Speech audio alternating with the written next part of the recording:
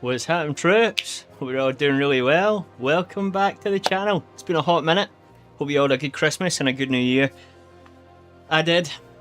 New Year, not so much. I hurt my knee, but Christmas was great with the family and everything. So, like I say, hope you all had a good one as well. I have been playing an unhealthy amount of Diablo IV. Now that they've released the Paladin. So, man, it's been so much fun. So, this is my Barbarian. I've never done a Barbarian on D4 before. So, well, I have, but I've never taken him to endgame. This season, oh man, it's just so much fun. They've added a season mechanic.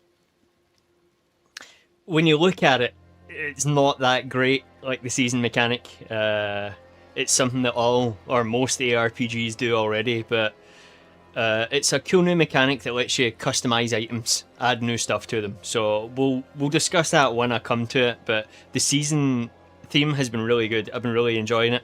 Loads of loot dropping, and because the season theme's so good, it's really easy to juice characters up and get them real powerful really quickly, because there's been some changes to the crafting in general. So I decided to throw a Barbarian together. Put it together yesterday, played him for 7 hours, got him all the way up to 60, and now we're at endgame. It's been so much fun already. I've actually got a super good endgame item here already for my Barbarian, the Grandfather. This is an ancestral mythic unique, and I've juiced it up super high, so 525% extra damage, whatever else. This is a great weapon. I forgot to add sockets to it though, but I'll explain all this when we get to it. So yeah, I've just been playing my Barb. I haven't really been sleeping too well either, actually. My eyes are really sore because of that.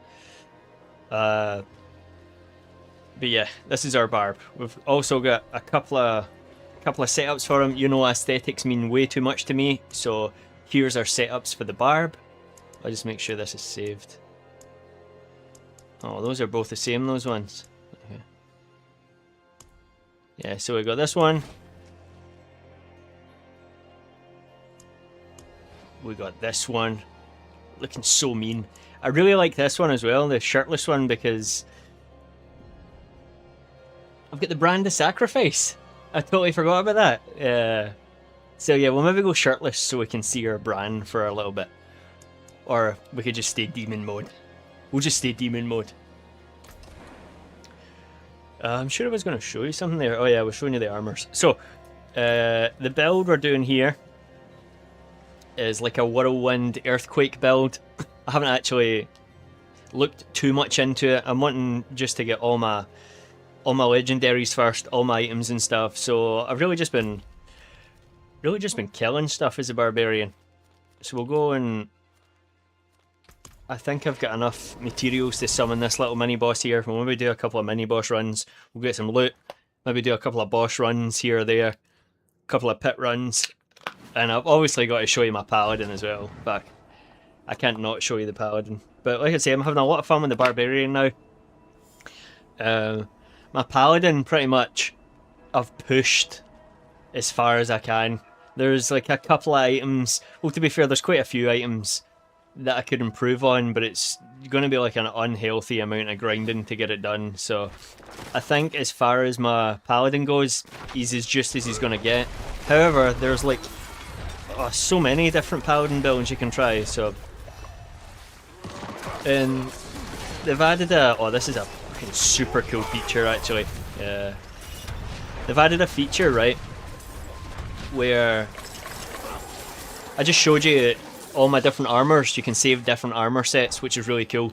But you can also save different builds in the game now, and that's like your whole skill tree, your whole Paragon boards. Everything can swap over pair, which I think is awesome.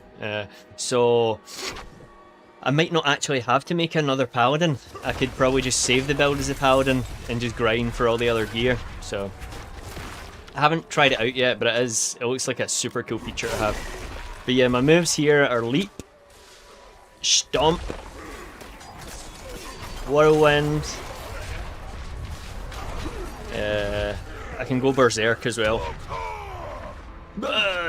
and we've also got a war cry. But this isn't what the final build's going to be. It's going to be to do with this here, Whirlwind and Earthquake. There's going to be certain items that proc and stuff like that, so I've just been having a lot of fun just doing my own thing. Like when I did the Paladin, this is the general consensus for a lot of people right now, I think. Paladin, you don't even have to follow a build guide, man. And I've done exactly, essentially the same with the Barbarian here. Because it's much easier to craft now. Like, I've just been throwing my own build together, and then when I get to 60, or when I get to endgame, then I'll look at a guide and follow it bit by bit then. But I really feel that this season has been super accessible. It's made everything a lot easier.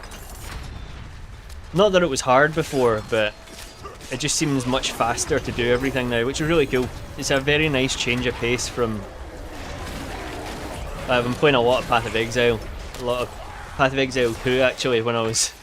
Basically, I couldn't buy the Paladin as soon as it released because I had lost my credit card and was waiting on a replacement. And because it was Christmas, Royal Mail prioritised parcels over mail. So I never got my new credit card for ages, basically. So in that meantime, when I couldn't play the Paladin, I was playing the Druid that Path of Exile 2 released. But I don't know. I love Path of Exile 2, man, but I love Path of Exile in general, but it's like so needlessly complicated. Like, I know that like some people have forever games, which is a thing. I don't think I have a forever game, and I don't think I ever will. I like to jump and switch between things, and I think that kind of puts me off Path of Exile because I really do like it. Like, I love it, but I don't want to have to study the game to learn the ins and outs, and it's a game. I want to come and play it and relax, you know? And you can't do that in Path of Exile, which sucks because it is like a better Diablo, but yeah. It is done. An argument is... not an argument, but yeah. Oh yeah, we'll call it an argument. An argument is old as time. Okay. Oh, nice. Couple of ancestral flares. Flails, sorry. So, when we're looking for drops, when we want loot, we want these wee stars to be next to them. That's important, because those are ancestral items. And ancestral items, one of the affixes we'll see here has got a star on it. That affix generally, it means it's a greater affix, and it'll be more than what you can standard, or more than what you can normally get on it. So, there's a unique as well. Don't think I'm into that.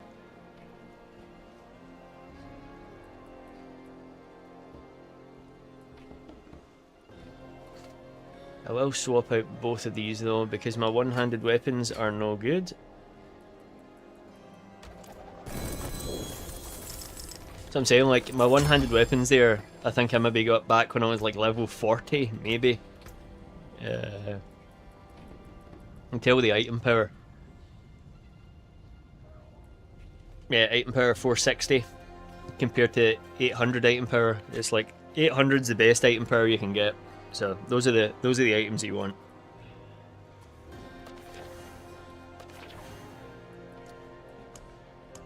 Okay, I've got runes here. I swear I just saw something that I was gonna have to do, but I've ignored it.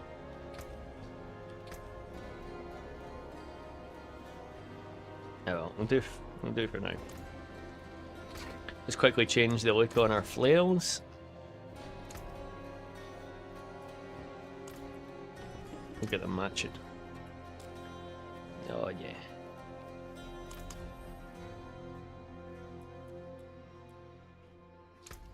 Grandfather, that's cool.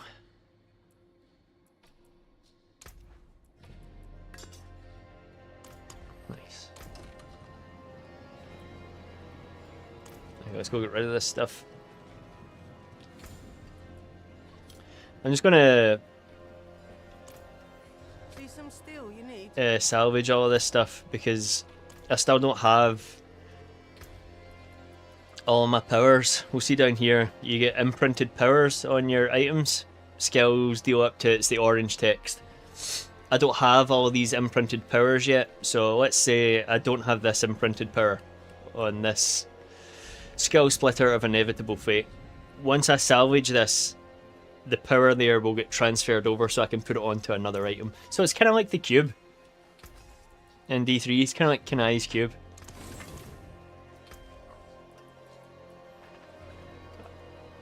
Okay, it's another nice power upgrade. I really need...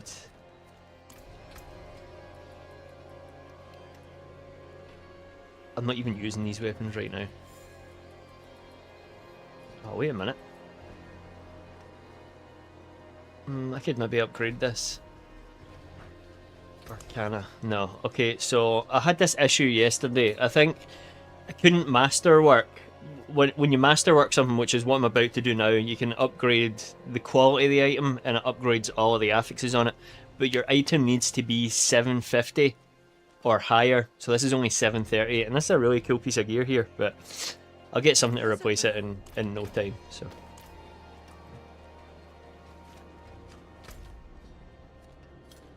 oh yes, I got a new glyph from a Paragon board. So this isn't the glyph that goes in here. I've got the build guide right here though, I think. Yes. Paragons and glyphs. So the first one is actually Marshall. So let's swap this out. I didn't have Marshall at the time. I have Marshall now. And these nodes you can level up, which is really cool. What is my second node? Rumble. I don't think I've got Rumble yet.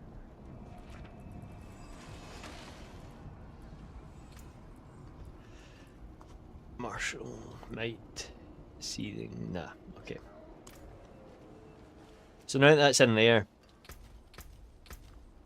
we can do pit runs, and you can choose which glyph you want to upgrade. So when I get it to level 15, the radius will increase here, so that means all the magic nodes will get a bigger bonus, basically. So this works out really well, the glyphs, and they're a really, really good source of power, so...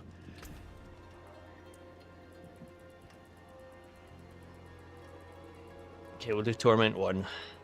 Because that's the difficulty we're on now, Torment 1, so we'll see how it goes.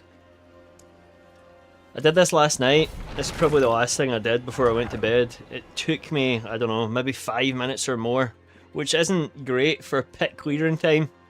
You want less than 5 minutes. Easy. Here we go.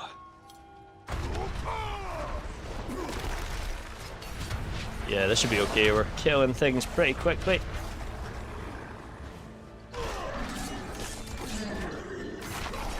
I've been waiting for a bit of fun. I'll have you, Belial. So the main issue I've had with the build so far is not enough fury. Classic barbarian line. Yeah, maintaining my fury has been the biggest issue so far. And fury is the little orange orb down the side. I need that to cast Whirlwind.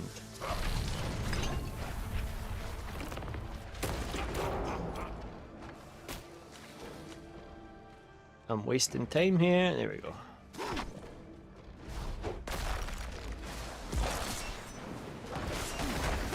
So,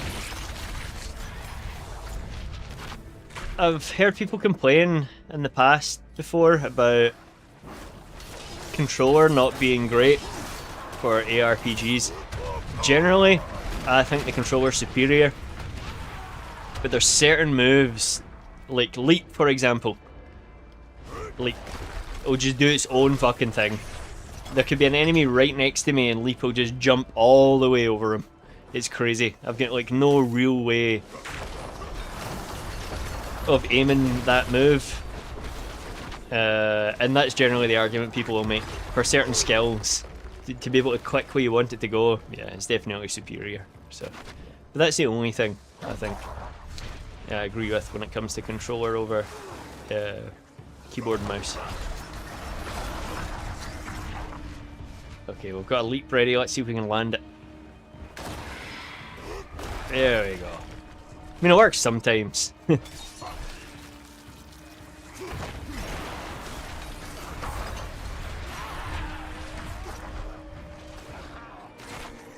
we'll clear this in 5 minutes easy.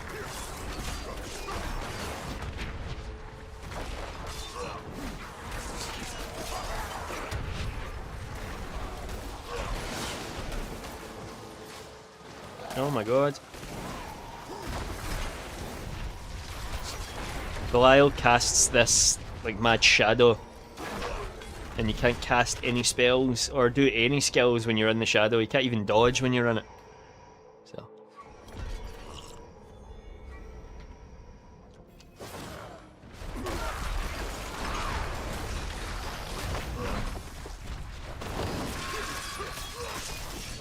I'm gonna have to find a way. I'm kind of hoping that it's in the Paragon board. The Paragon board is where my glyphs were. I'm kind of hoping there's a node in there that helps me manage Fury a little bit better. I know there's one in the Druid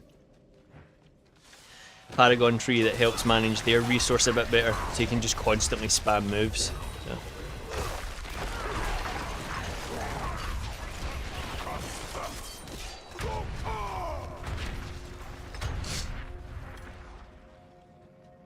Did I not get that in there? I did, okay. Also, I was pleasantly surprised at how good the Paladin is. After playing... This was a real concern for me. After playing Spiritborn, when the last DLC was released, it was... The class was overpowered, but they nerfed it anyway, but... The...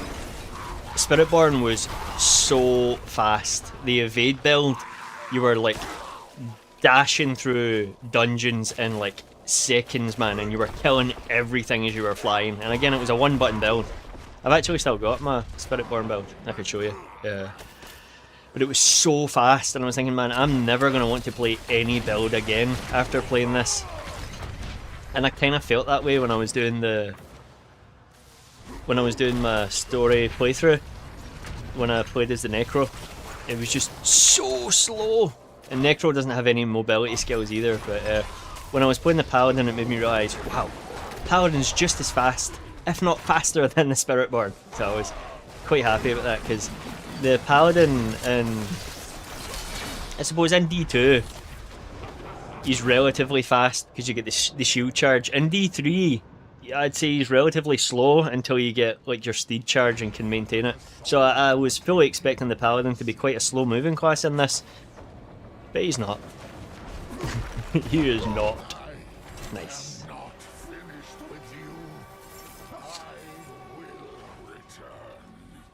Okay, so now we can upgrade the glyphs that I've just put in. So we don't want this one because it's not doing anything for us, and we're never going to have it equipped, I don't think.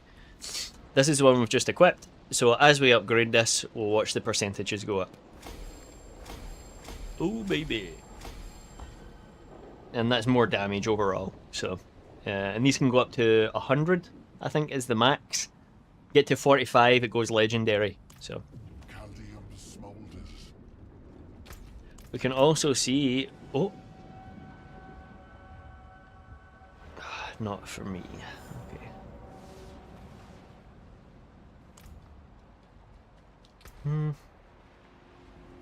Yeah. Yeah. You'll also see over the side, Divine Favor level up, return to Hadrael to collect your reward. That's the angel from Diablo 2, is it not? What is this season mechanic? Right, let's head back to town. I might just show you my Spiritborn real quick to show you what I mean about him being super fast. And then having the other classes feel like, oh my god, I'm not sure if I want to play this, man. It's so fucking slow. Okay, we'll get a reward from the angel in a little bit.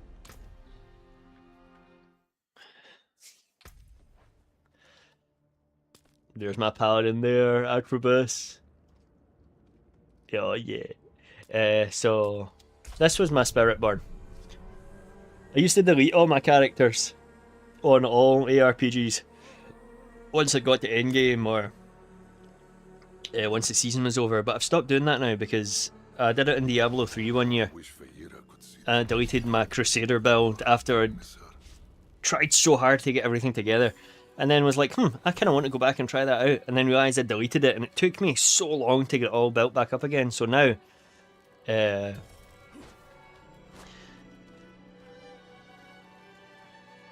don't delete characters, I save them. So this is my Spiritborn. Once we get out and I can use evade, you'll see what I mean. And you'll see the cooldown in the bottom right hand side. It cools down before I can even use the second charge. So you just imagine me blazing through dungeons like this. I'm doing crazy amounts of damage as well, so like we're insta killing stuff on the way past.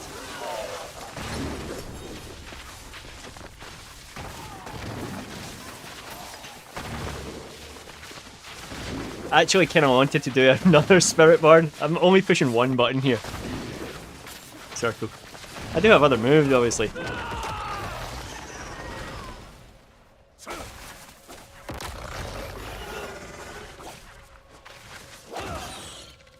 But yeah, Spiritborn was awesome, man. Like I say, I was afraid to play different classes because they were so slow, and the Necro is super slow. But with this new season, everybody can get quite fast, so. But yeah, you get the gist. So yeah, after playing that, I was like, man.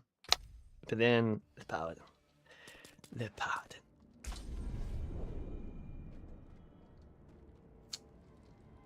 As it turns out, I think I picked the easiest build, but I generally pick builds on how they look over how they perform.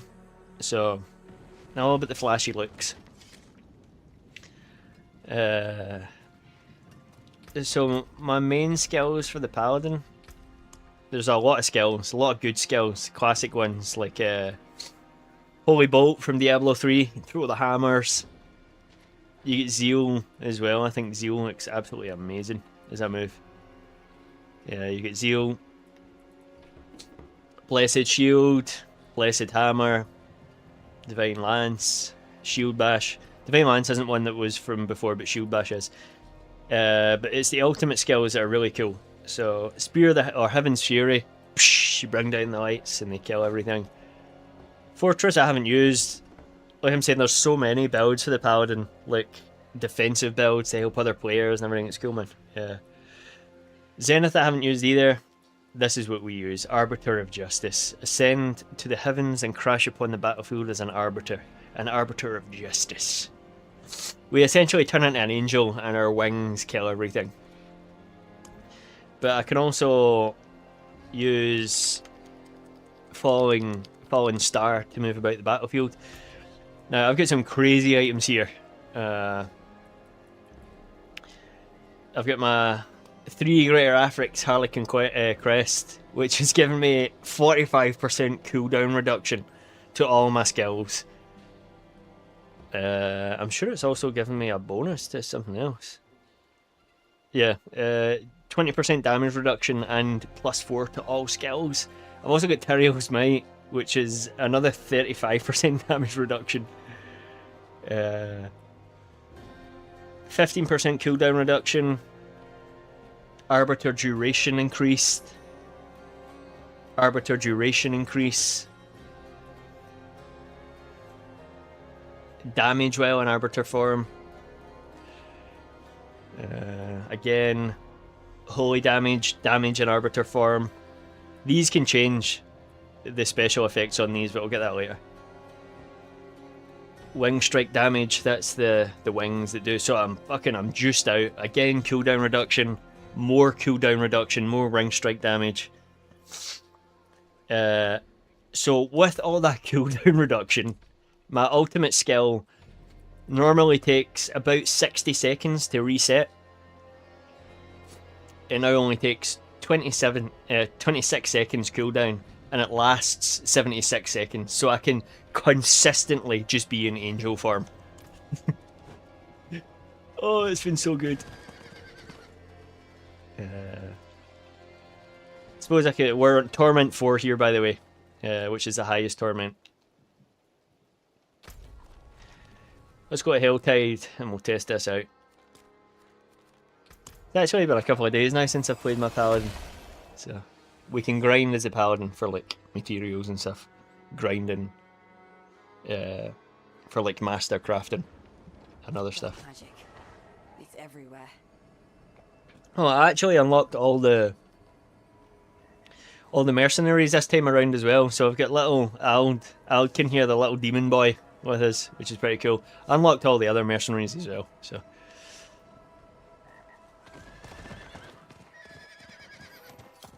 Okay. Let us walk out into the battle.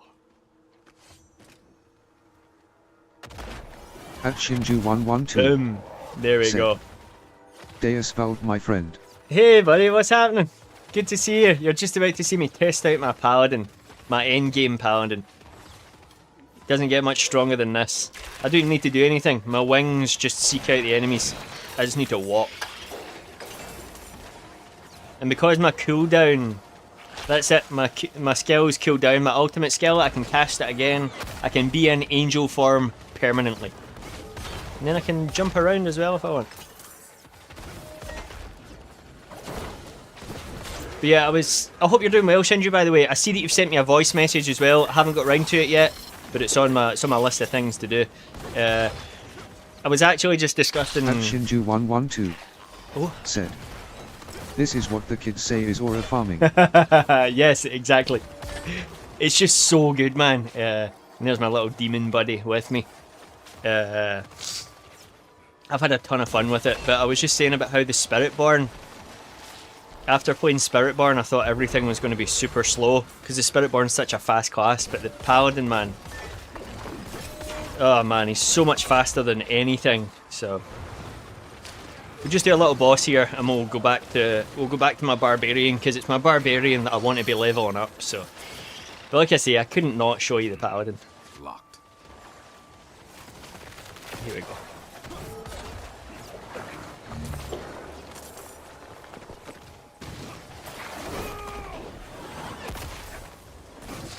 But yeah, like this is the easiest Paladin build. It's not the strongest by far, but it is stronger than any other class in the game. Every Paladin build is, so. But apparently the Spear of the Heavens build, the Blessed Hammer, and Blessed Shield are the 3 strongest Paladin builds. But I'm just doing this one build.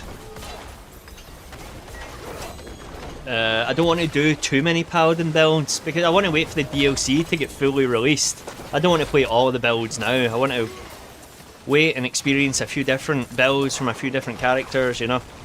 I'm trying to pace myself. Oh, another thing as well that some of you might notice. Said, "So what is the lore behind the return of the Paladins and the angel form?" Oh, so I was actually waiting for you. Specifically, you, Shinju, to play the cutscenes and everything, because I've started a new character. It's quite interesting, because we actually get to speak to the angel, so I'll just go back now. And we'll see, because I think it's to do with having not... I'll wait and we can see it. I'll wait and we can see it, right. I just want to show you some cosmetics here first. So this is my normal look, the one we're wearing now. I really like the helmet that he's got on. But this is another look we have here. I like this grey one too. This grey look down the bottom. This helmet I really like. Yeah. I spend way too much time on this, this part of the game. Anyways. So, season theme and everything. Why is there an angel here? At Shinju112 said, Yeah, yeah. Thank you for your consideration, bro. It's all good, my man. It's all good. So I started with Atropos. I got him all the way up to 234. We then made Tulkas the Barbarian. I got him up to level 60 in one day yesterday. I played for like 7 hours straight and blasted all the way through. So I have started another new character though, Griffith, because I've never done a rogue properly, and I want to use Griffith's armor. So I haven't actually done anything with this character yet, I don't think. So we can go and talk to the angel now. We can go and talk to Hadriel. We should hopefully have all of our quests still to do. A divine missive. Follow the angelic voice. Okay, cool. So let's see now. This guy's going to give me some lore. Actually, the first time I did this, I didn't pay too much attention to it because I knew I was going to be streaming it. So, but yeah, here we are as Griffith. Griffith!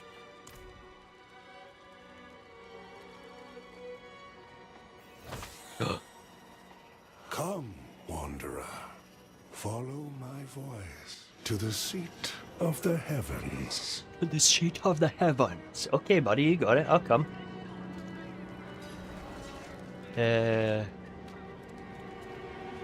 Pretty sure the portal should be right here, but it's not. Oh, it's way up here. Okay. Okay, we need a horse and some armor for our horse.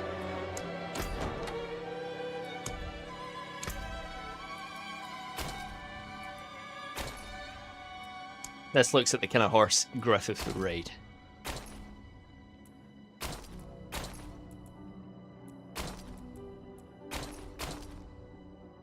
Yeah, that'll do. Armor doesn't really matter.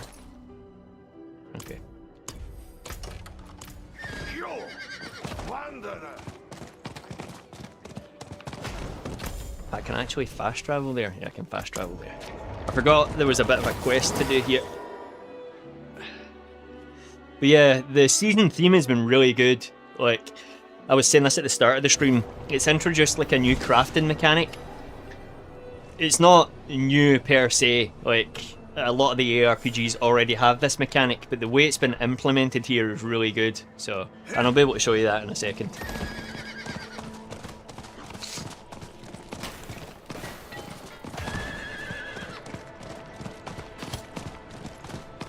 There's also been a ton more treasure goblins this time around.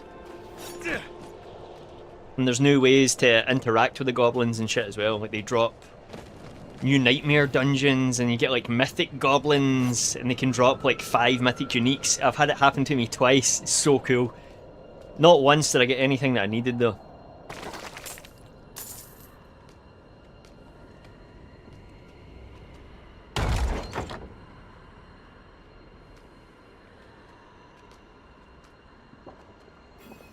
Worry not. My true form awaits through this entrance.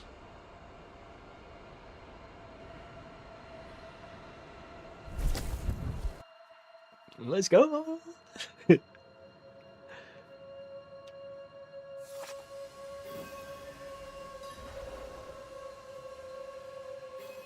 Behold, I am Hadriel of the High Hadriel, not Heavens. Hadriel, sorry. Did the High Heavens send you, Hadriel? Are you not aware?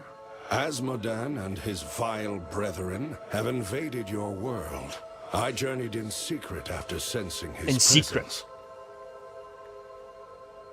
The High Heavens have forbidden any interference with Sanctuary. For what is justice if not a touch of defiance? As for Asmodan, Belial, Jeriel, and Endariel, they must be quelled before they consume the world itself. The High Heavens will know if my power is solely gifted, though they won't know if I use divine light to sanctify the mantle that shields you. You may use my blessing and this forge. Use it to imbue the power of heaven into your equipment. This is the mechanic I was talking about. Okay, Wanderer, so I will stay long enough to ensure you vanquish the lesser evils. Return to me if you are in need of counsel. Oh, I'll need counsel. Hadriel, I need counsel. One of the cool things we can do here this season, I've got all of them already. These are boss powers. I know they're not new boss powers, blah blah blah. There's a big meme about it, but whatever. So this is my first time using the boss powers. So if I kill, this one was from Duriel, this one is from Belial, this one is from Asmodan, and this one is from Andariel. So I've already killed all the lesser evils, and when you kill them, you can bring them to Hadriel here, and I've unlocked one already, one space up here, as we can see. I can use any of these and put them in those two sockets. But one, basically, you'll get a boon and a bane from each of them. So I can use this one here, right? So this will double my rewards and briefly gain a maximum barrier after becoming injured. But it will also have Pangs of Dariel ambush me. And I'll have a 100% chance to shatter my barriers. So there is a bonus, but there's also like a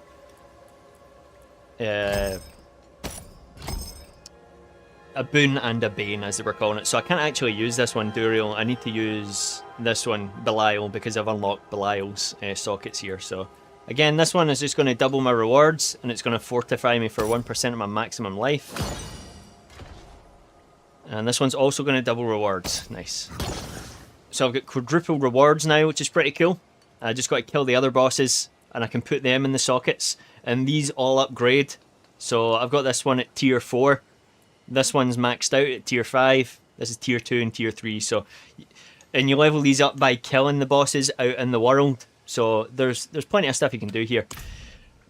This is the cool thing though. This is the Heavenly Forge.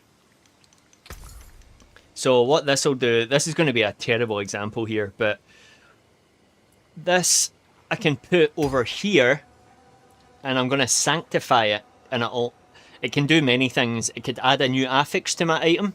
It could add a new legendary power to my item.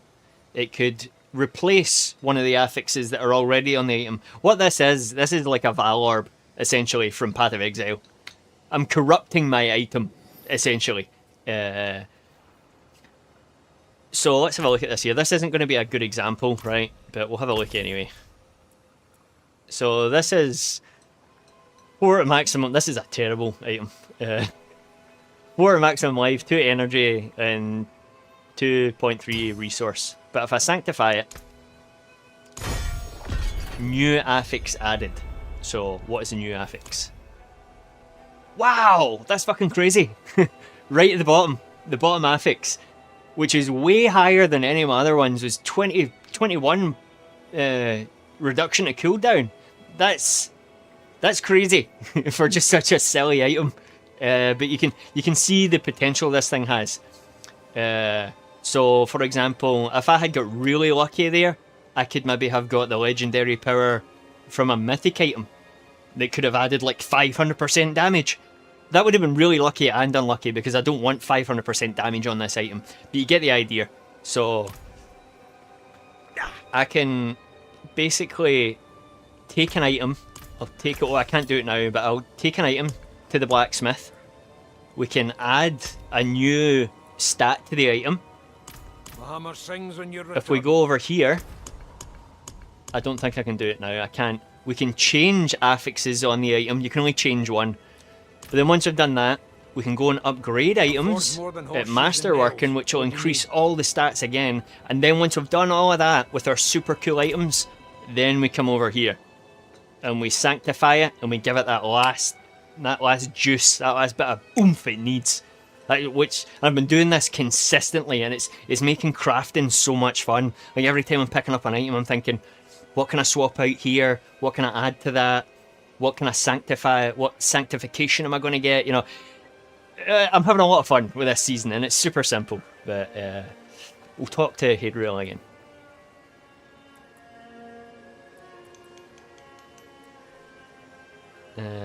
Why help? Well, we'll start from the top. Why haven't any other angels helped? Why just you, brother? We are forced to abide by the rules of the high heavens. Every one of us. Even emerging for the lesser evils is risking my entire being.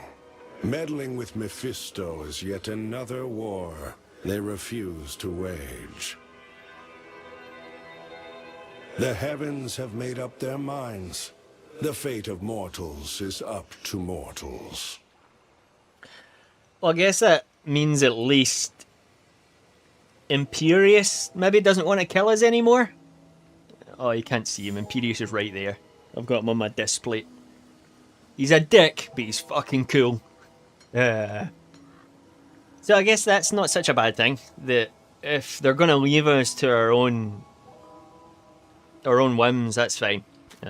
So maybe it's just the demons that want to kill us now. So why help now, brother, if it's such a risk? In the time of the eternal conflict, before Sanctuary's creation, my commander, the Archangel Tyrael, faced Asmodan in battle and bested him. He would have imprisoned Asmodan, chaining him forever. The fracture it would have caused among the lesser evils, if one of them were truly gone, might have reshaped the world as we know it. But before Tyrael could strike, I called for his aid. Blinded by the illusion of victory, a wave of enemies caught us off guard. That is how Asmodan escaped years ago. And Tyrael, his heart too soft for your kind, for Sanctuary. I may lack his courage, but I strive to honor his virtue. Can't do much more than that, Hadriel. So this has got me thinking as well. Is Tyrael gone now? Like, I understand that he took his wings off in Diablo 3 and was cast down. But there was no... I don't think there's any record of him dying or anything. Like, I don't know how that works. So I don't know if Hadriel here is to replace Tyrael or not. Still, I don't mind. I think he's really cool. It's great to see another recurring character come back again. Just before I forget, I bought another Diablo audiobook yesterday to listen to while I was grinding my barbarian. And if anyone's interested, I'll send the name into the chat. It's basically what happens before Diablo 3. It covers Deckard Cain. It's basically Deckard Cain telling the story, and it's about him, and he's going to meet Jillian and Leah because he hasn't seen them since they left Tristram, and it's basically the precursor to Diablo 3. It's been a great listen. I've really been enjoying it, and to have Deckard Cain as the main character also is really, really cool. So the last question here is one I haven't actually asked myself. Does an angel fear death? Finality. This will be an interesting question to ask because for those of you that have played Diablo or have seen me play it, in the Diablo 4 base campaign, an angel dies. Spoiler, and Arius is killed. But as far as I'm aware, angels are the same as demons. Like, you don't actually die. Your spirit goes somewhere and it reforms again after a certain amount of time. So, but because an Arius died in hell, and because heaven don't want him anymore, will he be reincarnated in hell as a demon? I know this isn't going to answer that question, but it maybe give us a bit of insight. There is no fear. A slain angel does not truly die. There is banishment and transcendence through the light and song. A veil between moments. The longer beings roam Sanctuary, the more I've observed. I thought their death was quiet and still, but I am no longer sure of that. Okay. That isn't the answer I was looking for, Hadriel, but that's cool. And we can come here. This is essentially our seasonal reward part here. We kill a lot of demons. We see over the side, divine favor. The more we kill, the happier Hadriel is here, and he'll give us little rewards. Like such. At Shinju112 said, Tyreel's legacy lives on at least. It does, yeah. And you know what? I think they learned their lesson. I'm gonna switch from a rogue here, by the way. I want to do some barbarian work. I just wanted you to get that little bit of lore there. I think everybody was, including myself, was a bit pissed off the way they dealt with Deckard Cain in Diablo 3. They just kind of killed him off in like a small cutscene. Didn't even give him a real cutscene. Obviously his burial got a real cutscene and everything, but I think they realised they made a mistake by killing off Deckard. He was old anyway, but I don't think they'll do that to Tyrael. Like, we don't know what's happened to him. I hope he comes back. If even just for like a cameo or something, man. They can't just get rid of the guy, that's crazy, so... So what we need is a new pair of gloves. That's what we're going to be searching for. I'll get my new gloves, but we need new pairs of everything really, but we're going to focus on gloves first. And we're going to upgrade them, and I'll show you what the whole sanctification thing does if done properly with a really good item. So, where? It's probably the best place.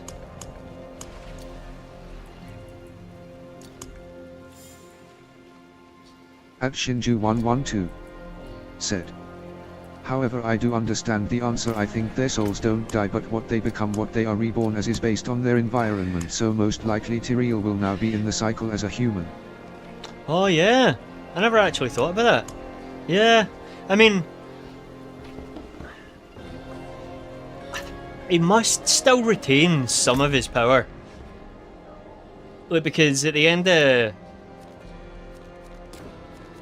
At the end of Diablo 3... I can't remember the guy's name now, the Angel of Death, Malachi, or I don't think it's Malachi, but the Angel of Death comes and he doesn't strike Tyrael down for whatever reason. Like, if he's human, I reckon he would just strike him down. I don't know if he maybe retains some power, so then he could be reincarnated as another human. That's quite good actually, that makes sense, now that you say that, because if Inarius dies in hell, and heaven don't want him, then yeah, I would imagine he gets reincarnated in hell, and then I would think, yeah, it's probably the same for Tyrael. Who knows, man?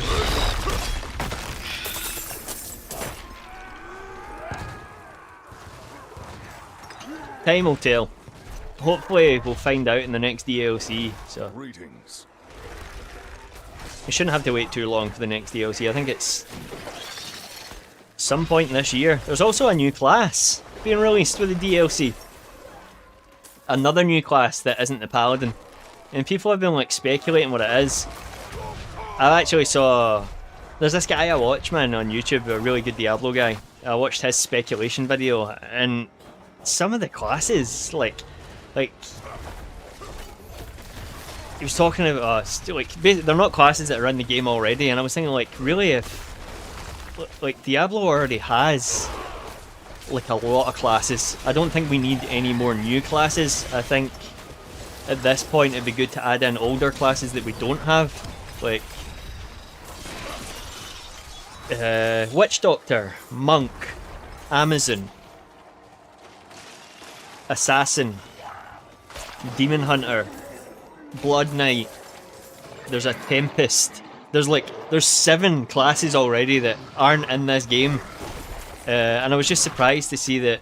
Now, in each to their own, you can speculate whatever you want, but if Diablo or Blizzard already have 7 established classes that they're not using in game, I reckon they probably want to use one of the ones they already have rather than take a risk with another new class. Like, I don't really follow Steam charts or anything, or you know how popular a game is when it's out, but a lot of people have been saying that the Steam charts for Diablo 4 are fantastic right now. There's more people playing than ever, and it's because of the Paladin. It's because it has the Paladin now. Now, if that's how people are reacting for a class that's already been in games that we don't have anymore, then why would you not bring back another old class that we don't have? I think it's going to be the Amazon. Now, this is crazy. I'm slagging someone here for thinking or for suggesting crazy classes, but I think it's going to be the Amazon because of the Paladin. So the Paladin has a few moves, or I think he's got 2 or 3 moves, yeah, 3 moves that the animation looks like he's using a lance or a spear. Now, lances and spears aren't in the game. When I was playing my Paladin build, my main move was the angel form, but my secondary move was hitting the ground with that spear, you know, the fallen angel. But there was no affixes that specifically gave me plus to falling star. Like, there was nothing that would boost specifically that skill. And I was like, man, that's weird. Like, this is the skill I want to use. I want to boost this. I want plus to 5 for falling star. Why won't it work? It's just not in the game, I don't think. And I think that's because they're going to save it for when they release the Amazon, who uses javelins and spears, and they'll also make it the javelin spear a weapon that the Paladin can use because he's doing the falling spear javelin thing. So, also, Path of Exile 2 added a spear as a new weapon last year at one point, and it's apparently the best weapon in the game. So that's my theory. The next class is going to be Amazon because of how well the Paladin was received. It would also make sense to add the Amazon because she has a similar weapon base to the Paladin. Shield, javelin, spear, sword. So it's definitely not going to be the Amazon, don't quote me, but that's what I think it's going to be. I think they're going to add the Amazon in. I'll be happy to see anything, really. Like, I just don't think it makes sense to add another new class. So Diablo 3 showed he is different from any other human. He is now the avatar of justice in Sanctuary, the one angel that took our hand when we reached out for the light. Yeah. My man. But yeah, I'm hoping that we do get to see Tyrael. I mean, with the whole theme being angelic powers, heaven and everything, hopefully we do get to see him. So there's also an item in the game which has a very strange affix on it. I might be able to show you, actually. I'll show you now, hang on. So there's a really... There's a mythic unique. Said, so Amazon was a class, just sounds like female barbarian. Yeah. Yeah. That's a good point. That's a really good point. Yeah and no. Amazon can also use bow and arrow. Barbarian doesn't use bow and arrow. They are very similar, though. I've never thought about that before, but they are very similar. So with hopefully Tyrael coming back, hopefully, when the DLC comes, there is an item here that is, I don't want to say confusing, but it does, well, it's not going to show me, damn it. Or will it? Okay, this item here. This is one of the super rarest items. 1508 armor, but you'll notice the top affix under it is 200% added damage to angels and demons. Not just demons, angels and demons. But we don't fight any angels in the game yet. So I really don't know what's going to happen. Maybe Tyrael and Hadriel, I can't remember how to say his name now. Hadriel Maybe they'll like team up and form like their own offshoot, like rogue angels or something. So who knows, man? Who At knows? Shinju112 said, what are older classes then from Diablo 1 and Diablo 2? So I think Diablo 1 only came with the warrior, the rogue with the archer. Yeah. It was the warrior, the rogue, and the sorcerer. Because the warrior turns out to be the Dark Wanderer, the rogue turns out to be Bloodraven, who you fight in Act 1, and the sorcerer from Diablo 1 turns out to be the sorcerer you fight in the Arcane Sanctuary in Diablo 2. So the first three classes were warrior, sorcerer, and rogue, who all met horrible ends, unfortunately. Diablo 2, it might take me a minute to visualize this. Diablo 2 didn't release with all of the classes on launch. It released some of the classes with the DLC. But all the classes all in for Diablo 2 are Assassin, Amazon, Necro, Paladin, Druid. I don't know. Oh, I've got it. There's a lot of classes. I think they're all here. We're only missing the Assassin and the Amazon. But then if you look at Diablo Immortal, there's classes in that. In Diablo 3 as well, like the Demon Hunter, the Witch Doctor, the Monk from Diablo 3. And then you've got like the Tempest, the Blood Knight. I'm sure there's other classes in Diablo Immortal as well. So they do have a lot of classes to choose from. You know, there's not a shortage of classes, which is why I was so surprised at them. Everybody suggesting there was going to be a new class. I was like, that doesn't make any sense to me, at least. So, yeah, Diablo 1 is warrior, sorcerer, and rogue. Diablo 2 is assassin, Amazon, barbarian. I forgot Barb last time. Necro, druid, paladin. Yeah, there's loads. Sorry, I'm not doing a very good job of doing it all in order, but yeah. So, where would they even... like, what would they even do for a new class? What could they do that hasn't been done already that stays within universe, you know? Like, look at Spiritborn, for example. That was, like, completely out of left field. It works, I guess, like, with the Nahantu jungle region that's down here, but, I don't know, I guess they can do what they want at the end of the day. They can just write it into the lore, can't they? So.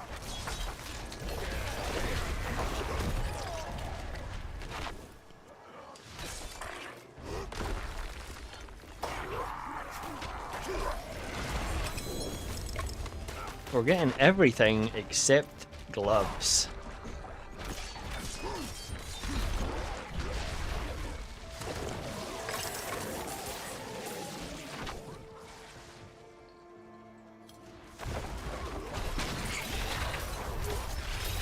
Okay.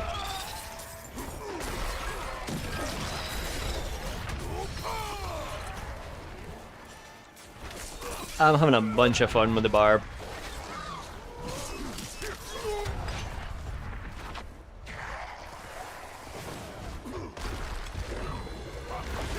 So I think I'm also maybe gonna do a druid and, like I said, my rogue as well. So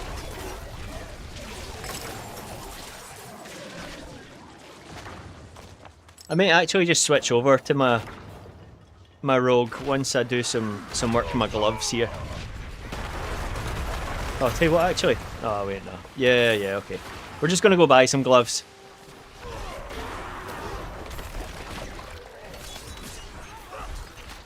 It'll be faster this way.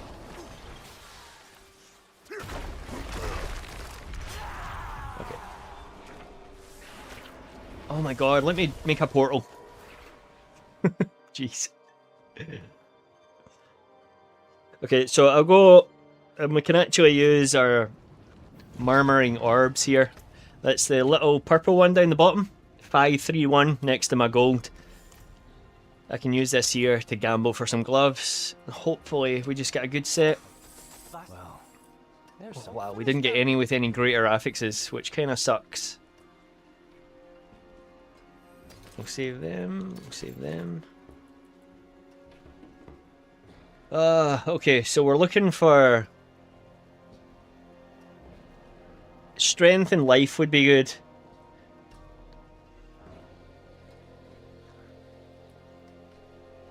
Oh, they all come with strength and life. So this is good. We're just going to go with this one. Because this is strength, life, physical resistance, and cooldown reduction. So, let's mark this. I've been I've been crafting more than I have been killing demons, which is unheard of for a Diablo game. So, physical resistance, don't really want. I can get resistances from gems, so let's get rid of that shit. Magic is neither good nor evil. So let's replace it. How may I help you? Physical, and we can also see here, if we press triangle, what we can swap it with. So I've already got cooldown reduction, max life, and strength. I haven't dug too much into this build yet. I'm not sure exactly what damage I should be going for.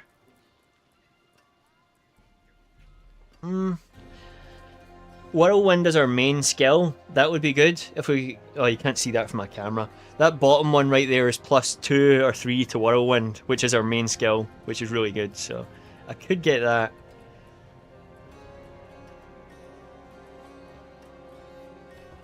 So I'm going to look for either critical strike damage or a plus to Whirlwind. Oh, chat's kind of in the way there, isn't it?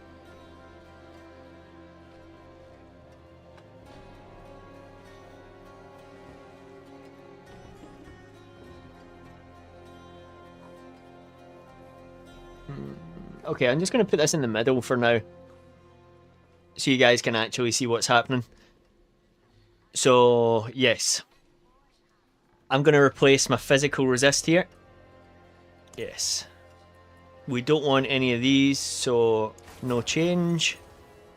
And we're going to do this until we get Whirlwind or critical strike damage. So there's crit strike damage, so we'll take that for now. Until we maybe see Whirlwind. Luckily, I'm completely stacked for crafting materials, so I can just blast through this right now until I get what I want. So.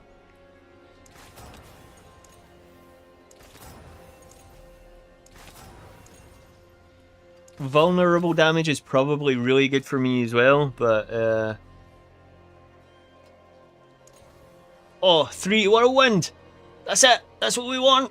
Let's go! Replace... Shinju112 said, I am sorry I am saying this, bro, but knowing you enjoy Barbarian and Paladin so much made me immediately think of Unga Bunga Brain, even though Paladin seems pretty magical now.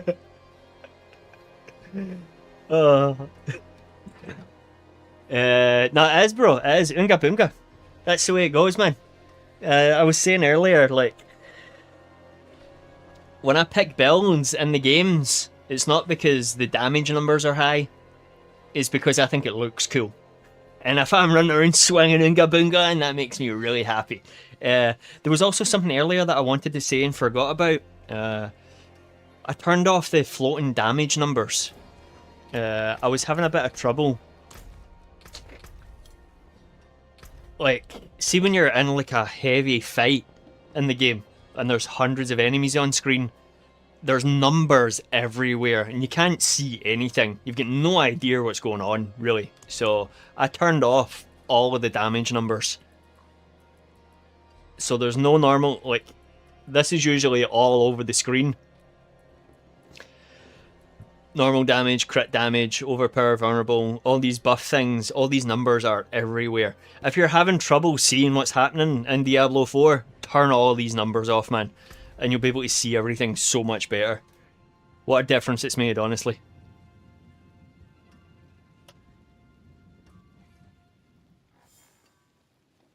Okay.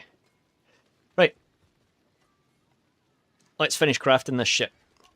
So, My magics await your return. we've got good cooldown reduction. We've got good life and +3 to our main skill, which is Whirlwind, which is a good bonus.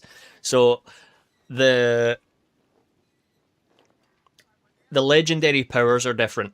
You'll see on the equipped gauntlet, my legendary power makes Whirlwind leave big dust tornadoes behind.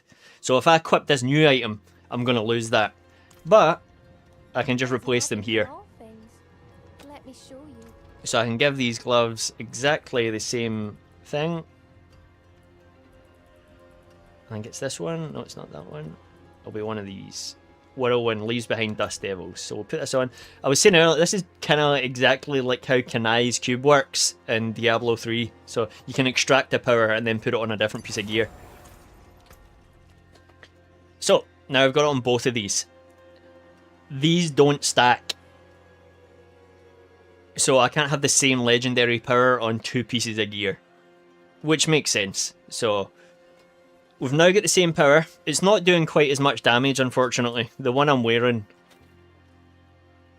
Oh, wait a minute, actually. So the one I'm wearing now, the Dust Devil deals 801 damage. But the one I've just crafted only does 767. But if I equip the weaker one now, and then I salvage this one, you'll see up in the corner there, it's upgraded my affix. So I can go back over here, grab these gloves again,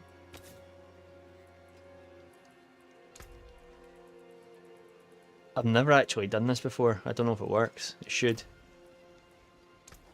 Yeah, there you go. So now I do have the 801 on these other gloves, which is perfect. But we're still not done yet. We are still not done. So I'm going to take these back off. Already, this is a good item. It's not the best, but it's good. So now we're going to go over to the blacksmith. Hey, buddy, what can you do for these pair of gloves? So now I can add even more stuff to them. So I could add flat damage. Dust Devil damage. That's not bad. That means my tornadoes will do more damage. Ultimate damage, basic damage, utility. Dust Devil size, Whirlwind size. So this will make my Whirlwind bigger. Let's just go for damage.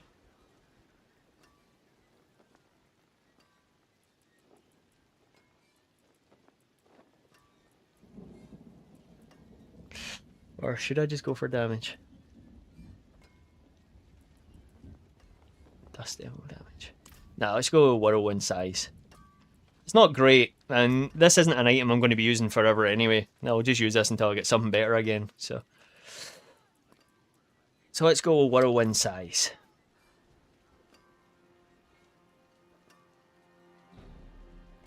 Yeah. Yeah.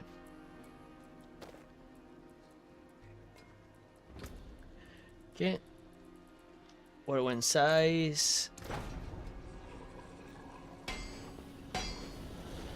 Move this again so you can actually... Sorry, you can't actually see any of this. Okay, so we get a 17.2 out of 20. We've got another few chances though. We've got three chances remaining. And then I can use scrolls to get more chances. So let's hope for the flat 20. Occasionally it'll give you way more than that. If you get really lucky. Like... Sometimes it's been happening to me, I've got like 100% more and it's like, oh, it's crazy! Oh, 19.9. I've got one roll left. 19.9, probably wasn't going to get any better than that. 17.5.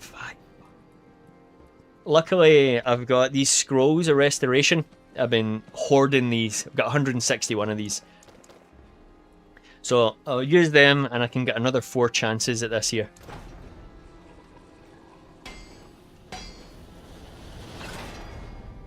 17.1, that's stinking. Now you can skip this, but I swear skipping it gives you bad results. 17.8.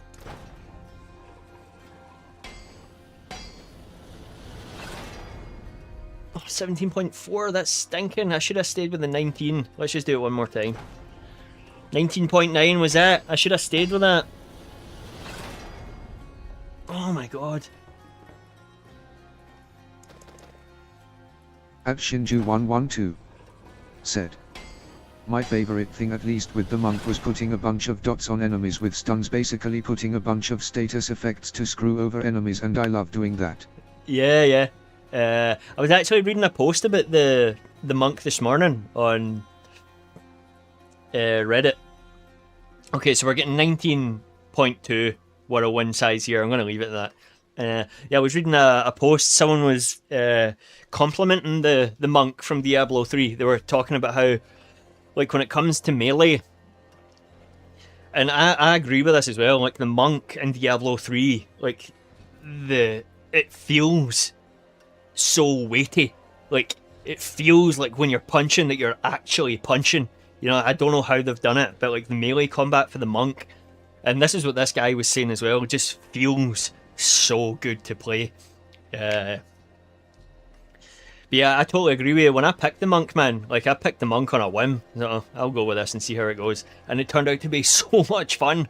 That'd be a really good class to add, I think, to this. Spiritborn is kind of like a jungle monk, but yeah, I don't know. I think it'd be cool. Okay, so now we've got my piece of gear. I replaced one of the affixes. I've now added an affix to it, which is a whirlwind size. Now we can masterwork it. Now, masterworking it takes it from 0 quality to 25 quality. And when this happens, it'll max out one of my stats here. We'll see what stat we're getting. Oh! So our 3 to Whirlwind just went to +5 to Whirlwind. Oh, that's crazy. +5 to Whirlwind. I think I'm also wearing a piece of gear. Yeah, +5 to core skills. You can't see it again, damn it. So yeah, I've already got a piece of gear that's +5 to core skills. So then, if I put these gloves on, I'm going to have like a +15 to Whirlwind. It's going to be so crazy. Oh. So yeah, I think right now I have +10, yeah. +10 to Whirlwind. If I apply these gloves... +15 to Whirlwind. Oh, that's a crazy increase. Said, the Spiritborn are just a bunch of tree-hugging hippies that do not follow the path of the gods, my friend. Yes, they are. And I don't know, I feel like Spiritborn was like super out of left field. You know? It's just Blizzard being Blizzard, I guess. It's like, for years, we want the Paladin, Blizzard, we want the Paladin. Last year, when they released, I think it was last year, maybe the year before, we're releasing a new DLC, and there's a class coming, but it's not the Paladin. It's still successful, so. But yeah, these are just jungle dudes here. The Spiritborns are just jungle monks. This is a cool region down here, to be fair. I haven't even explored the whole region yet, which is crazy to think about. We should maybe do that. Anyways, so here we are with this item. We're almost done. We're going to take it for the last step now, which is sanctification. So we'll take it to the Heavenly Forge. Now, this is risky. Because... At Shinju112. How to say this? Yeah. So explain the Whirlwind 15 plus, right? Is it for a skill? Yeah, so... Let me just show you here, right? So if I take off these gloves, and I take off this amulet. Okay. So I don't have plus to any skills right now. My skills are just base for my level ups. There you go, there's Whirlwind. I can't put any more points into it, I've maxed it out. 5 out of 5 for Whirlwind. It does 21,000 damage, and it also inflicts 33,000 over 5 seconds bleeding. That's as good as this skill is ever going to get with skill points. I've put the extra 2 into here to increase the potency. But yeah, 5 is as good as a spell skill is ever going to get. So if I put my amulet back on, we'll see now that Whirlwind is now 5 over.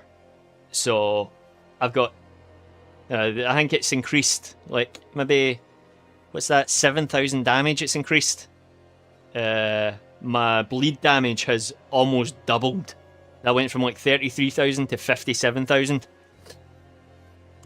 So then again, if I equip this, which gives me another +5 to Whirlwind, it brings the base damage up to 38,000. So I'm getting almost 20,000 more damage. And it brings my bleeding damage from what? 30,000 up to almost 90,000. So massive, massive power increase right now. As you can see, +15.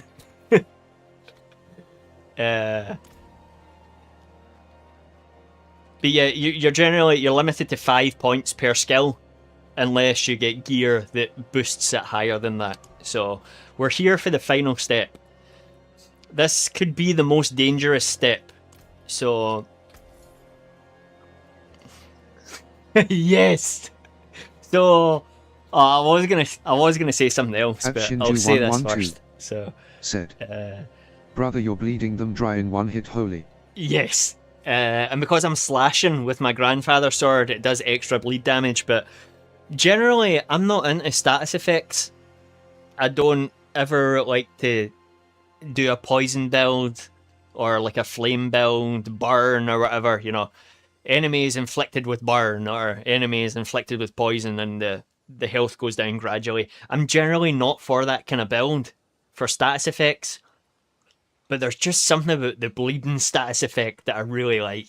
Because, like, you watch the health bar. I'll show you when we're actually fighting someone. There's 2 health bars you can see. There's like a bright red one that's their normal health. And as that goes down, there's like a darker red one underneath that goes down just a bit slower. And just to watch that go down as he bleeds out is so satisfying. And I know it's the same with burn damage and poison damage. But I don't know, there's just something about bleed that I like. So... But yeah, bro, I'm gonna set up a blood bank, man. I'll be taking donations. But let's finish this item. So I can put this in here, and we're gonna sanctify it. It could add a new affix. It could upgrade an affix. It could add a new legendary power. Or it could just upgrade the quality of my item. But there is also a chance that it can replace one of the affixes with a different one. I don't want any of these affixes to be replaced. I want all of these. I want the strength. I want the maximum life. Cooldown reduction isn't so much of an issue right now, but I do want it. +5 to Whirlwind. Yes, I need that. And the 24% size is good, but it's not essential. So, I'm going to hit Sanctify. I'm just going to move the chat, actually. I'm going to hit Sanctify. And down here, it'll either say new affix, new legendary power, or whatever. I just hope it doesn't say affix replaced. I've made a big deal about it now, so it's probably going to say it. I'm going to shield my eyes and sanctify. I'll let you see it first. Oh, I hope it didn't do what I thought it did. Oh, let's go. Okay, so upgraded one of my affixes to a greater affix. Not the affix I wanted. It's basically, it's made my maximum life higher, which is cool. More life is always good. But it could have added more to Whirlwind. It could have been +7 to Whirlwind. It could have been plus 50% Whirlwind size. It could have been so many things. That's good though. That's a good result. So there we go. We've got a new pair of gloves that does crazy damage and gives us extra health. So let's pop them on. Now let's go kill some shit. Oh, we've also got a reward here. Nice.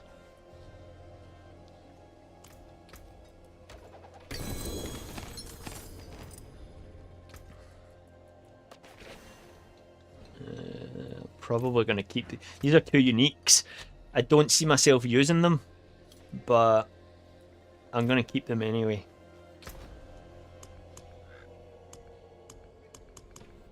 Oh, pardon me.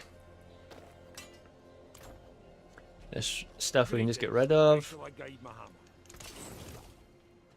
I have also got all my Paragon points to spend. I just haven't done it yet. I've got 150 points for my Paragon board. Or Paragon boards.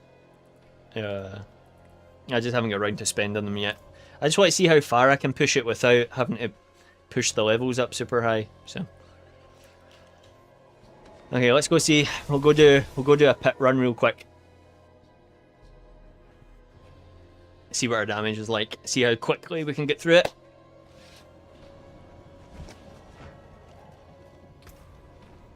Probably just going to go Torment 1. But we're going to change the look. We've been our demon look for over an hour now, so.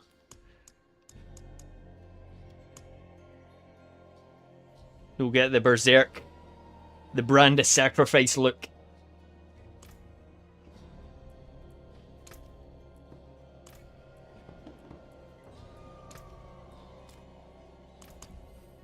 Okay. Nice big sword. I actually saw this sword down here. But you need to buy it as part of like a DLC, and it's so cool! But I can't afford it right now, so I'm not gonna. Okay, we're good, we're good.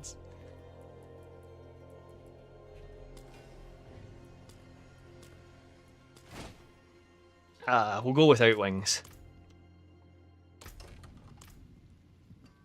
There we go. You can see my brand. The brand of sacrifice. Okay. Let's see how quickly we can get through it. A pit tier 10. This is just Torment 1. This is the difficulty I'm on, so it should be fine. 5 minutes or less is what we're going for.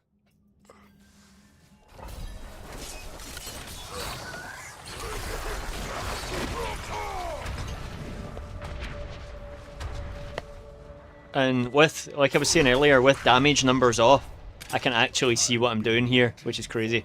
I'll turn it back on, I'll show you actually. Oh, maybe I won't.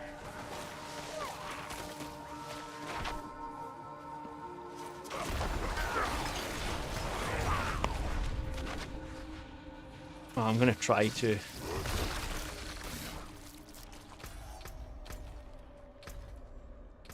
Okay, I'm going to turn all these numbers back on, you'll see what I mean.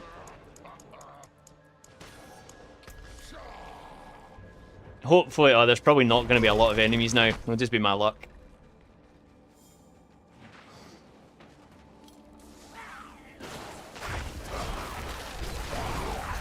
It is nice to see what damage I'm doing. This is maybe isn't a great example, but... Said. Spinning round baby right round rocking them like a hurricane. You know, I've seen people... I know people that won't play the Barbarian just because of this skill. Like, people call it spin to win. Every ARPG has a variant of the spin to win build, so it is super simple, man. It is. It's a one button build, but I like one button builds. Like, that's my playstyle. I don't like the keyboard thing. like piano, where you're mashing all the skills consistently. You're looking at your bar, waiting for it all to cool down, and you know, I'm a one-button kind of build guy. And spin to win, baby, it works. So what I was saying about the numbers doesn't look too bad here, but see when there's like 30, 40 enemies on screen and it's just numbers, man. Like, it's so hard to tell what's going on. So that's why I turned all the numbers off, so I can actually see what's happening during the battles.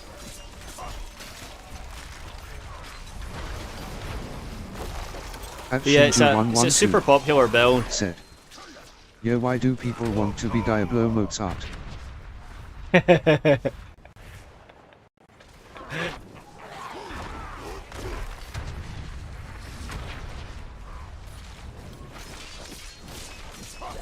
yeah, there's still a lot of builds I would like to try.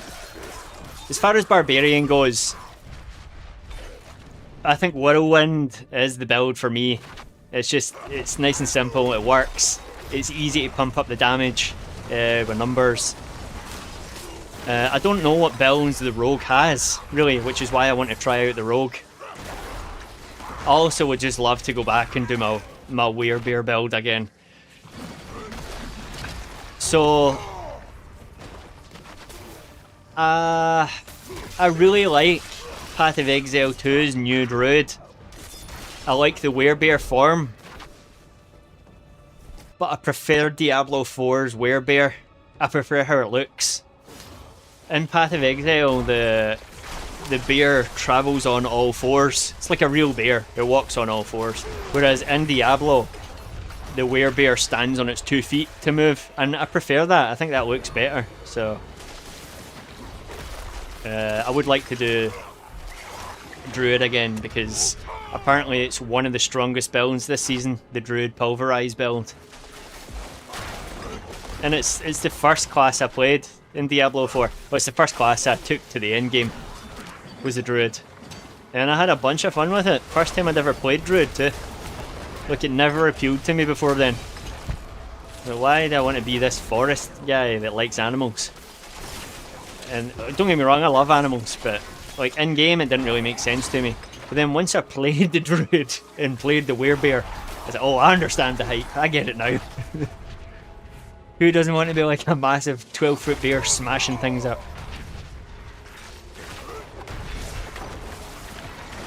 Okay, so I think I've just got through here in under 10 minutes. Under 5 minutes, sorry. But I did stall to do these numbers here, so I'm just going to turn them back off now before I forget.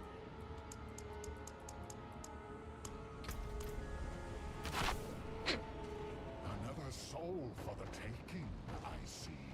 You won't be taking my soul, Belial. Oops.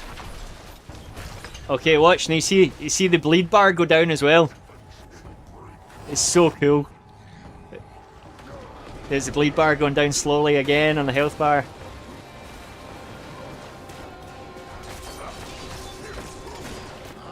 Nice.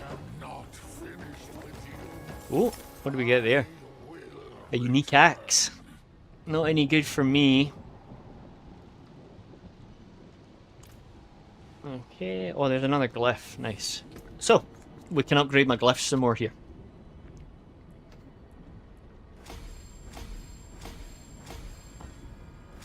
There we go. Now I'm getting a plus 50 bonus Shinju112 from this. said, it's funny because the 4 legs 2 legs thing is an issue with Pokemon evolutions, and then they are like, no, the Evo is 30 bait. You know, I'd never thought about that before, actually. That makes a lot of sense. So, I'm just going to show you guys real quick here. Yeah, I would never have thought of that for Pokemon, I suppose. Yeah. I've never had to design anything like that before, so it's never something I've had to think about, but I don't know, I guess I was just surprised. Like, in Diablo 2, you play as the bear and he's upright. He's a bear that walks on 2 feet. So I was kind of expecting the same here from Path of Exile. But it just wasn't, so... Don't get me wrong though, like... Oh my god, it's fun.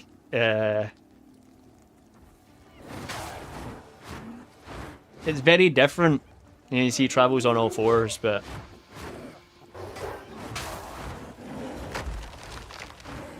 it's also much slower. Like in general, it's like a way slower paced game. But it's so much fun. As soon as I'm burnt out on Diablo 4, I'm coming back to PoE 2, and I'm going to finish this druid, man, for sure.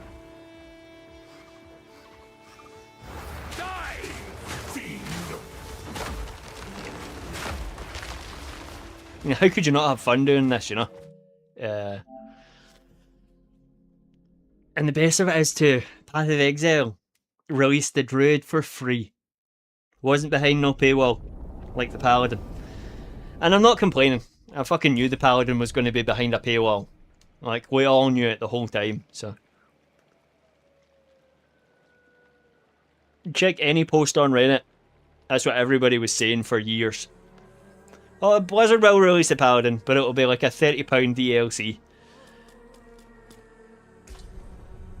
And here is the druid from Diablo. They're just two very different takes on the class. But I prefer this. I prefer this look.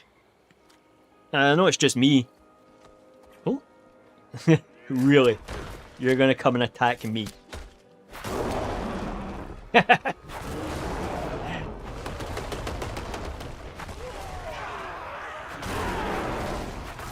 It's just so much fun, slamming the ground and watching things explode. Boom!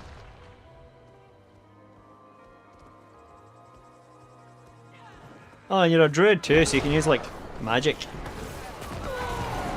Imagine getting torn apart by a werebear during a thunderstorm with tornadoes!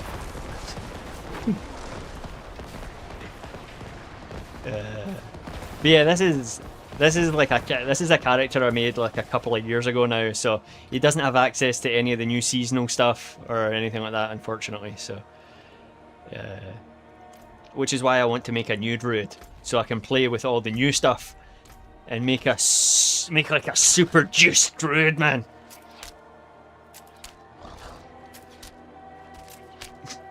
At Shinju112. I didn't even realise. Did you really just say the Dio Quoto you're approaching me? Was that a JoJo reference? What the fuck? Oh, that was crazy.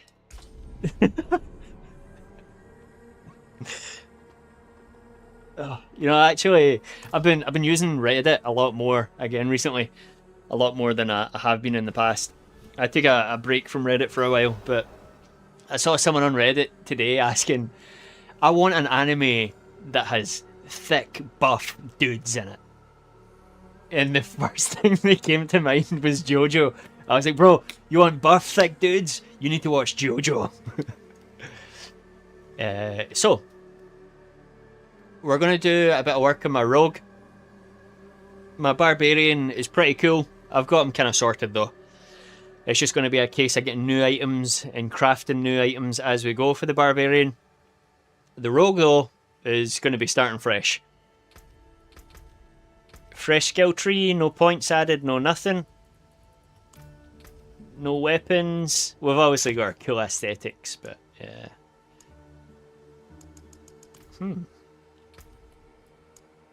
Let me open up the wardrobe. So we've got 12 points, 12 skill points to start with. That's because I've done all the seasonal stuff. You know what? It might actually even just be worth looking up a build guide just to see. Yeah, just to see. You know, I'm not going to follow it, but just to see if we can have an idea of what we're going to go for.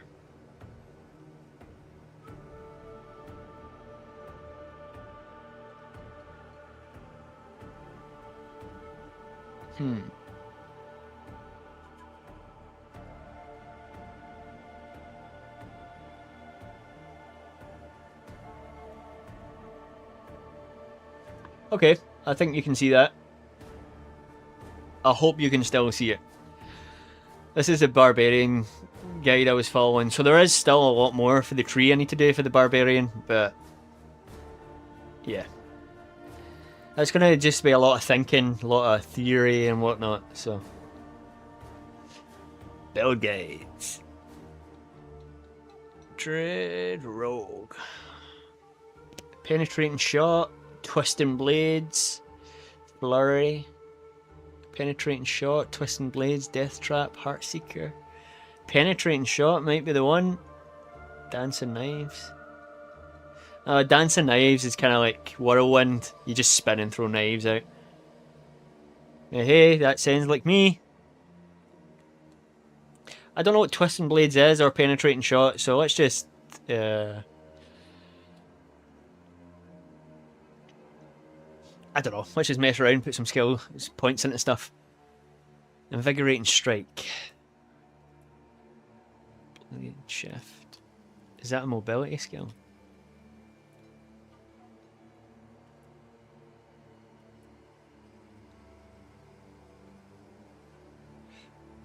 You know, I don't think I've ever done ranged.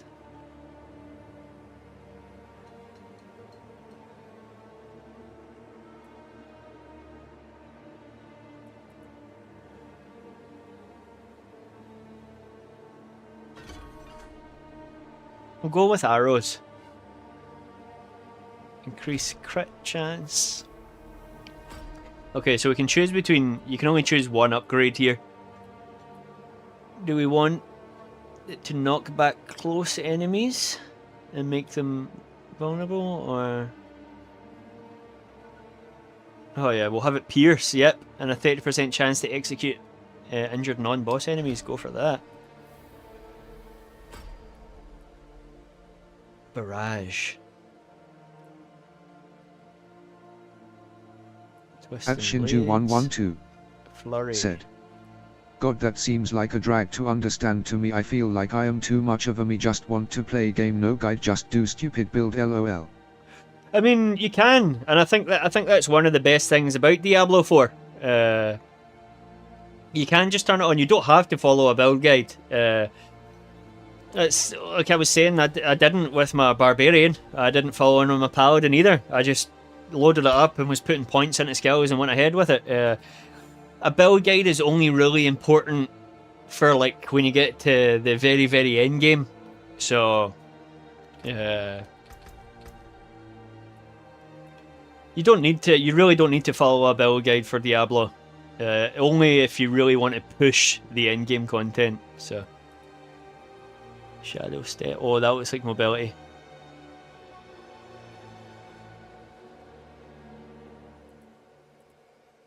Rugged. Dancing Knives. Oh, there's so many skills here.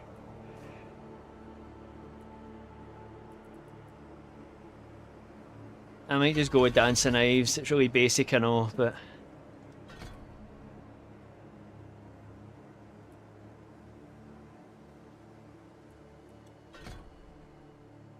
Okay... Let's just go out. We'll go kill something. See what these moves are like. There's no Hell Tide. Oh my god. Okay. Let's just go down the hand two way then.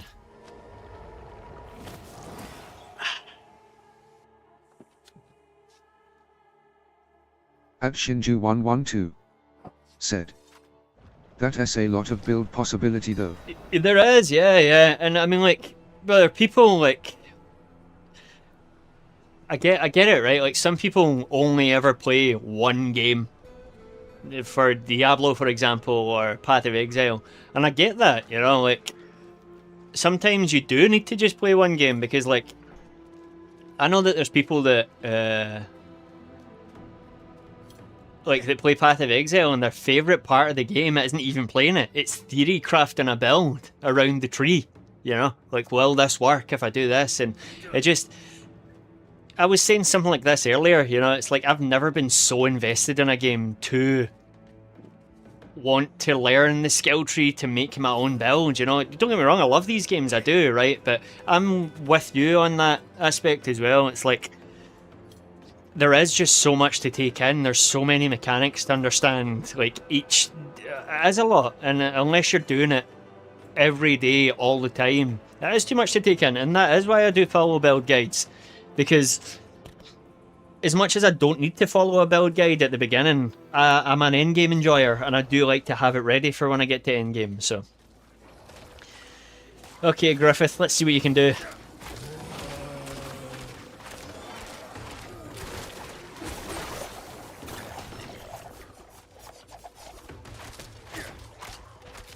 It's slow going, but it was always going to be like that.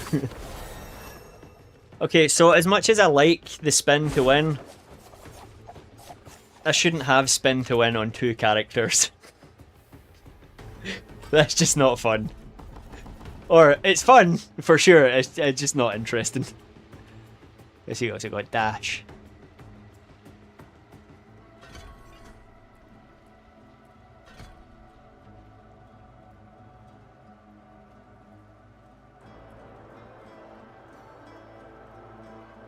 Oh yeah, dash, we're having that. And let's take a barrage.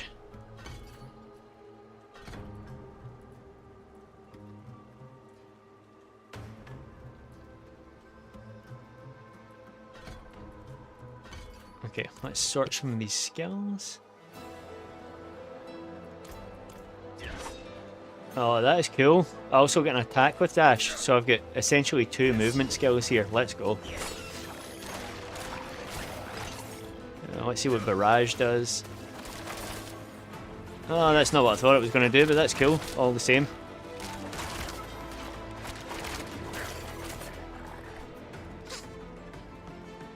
Okay, is Helltide up yet? Where is the Helltide?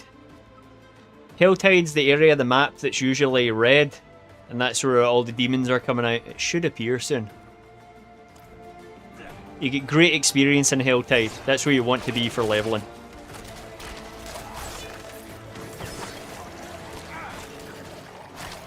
Man, so this skill here, right?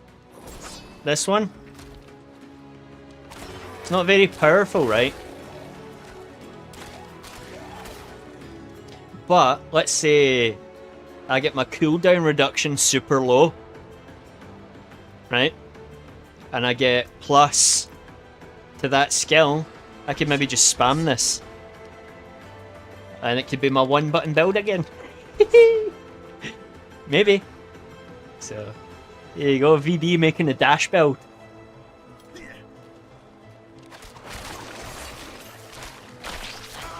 But again, I wouldn't know what to do when it comes to the Paragon tree to make sure it's actually good. I wouldn't know where to put any of the nodes or...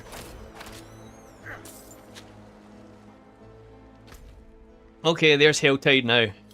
See how this part of the map's redder than everywhere else? This is where hell is spilling out. All the lesser evils.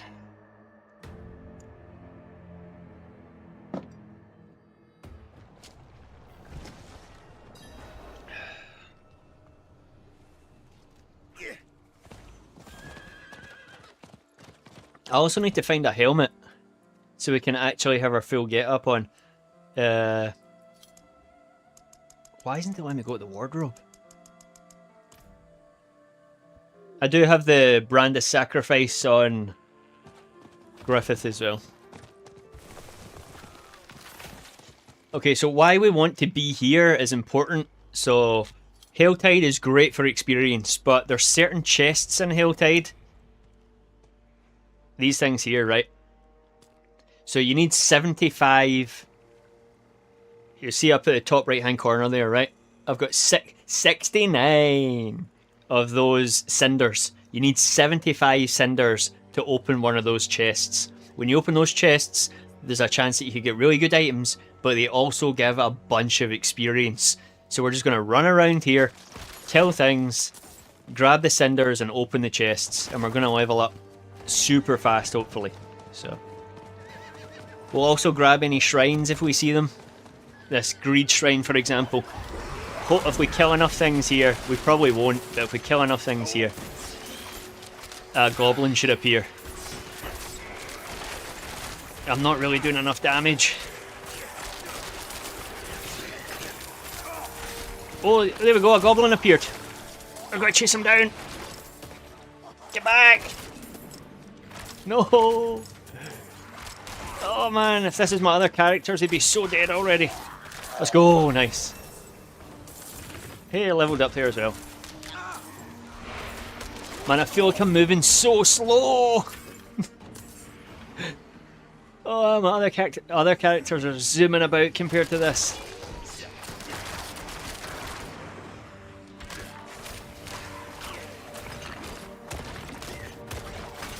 Okay. We're level 4 already, that's not bad. We need to get to 60. We need to get to level 60. So we can start crafting gear, we can start doing Paragon and other stuff like that.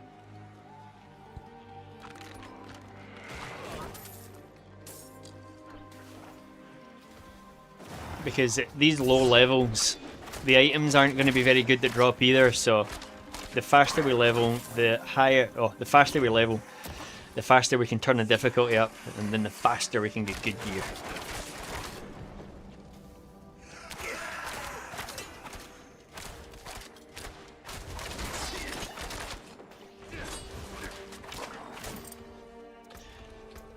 I'm not sure if I like Barrage. Let's go with Rapid Fire instead. I know I'm getting shot, but that's fine.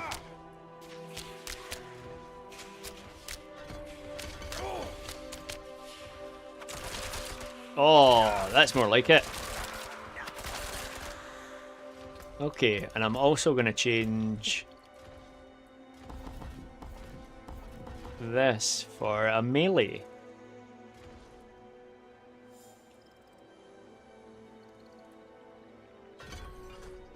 And go Blade Shift.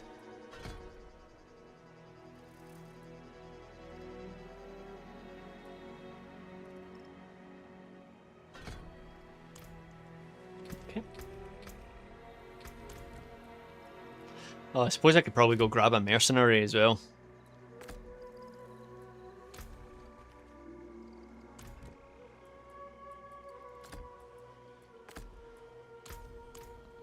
Okay, yeah, we've still got ages for Helltide, so let's bounce.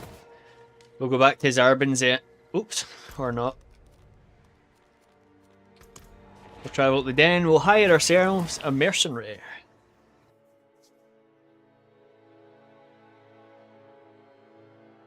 Oh, he looks cool. I will say this. It is never dull with you here, Mariana. Do what I can.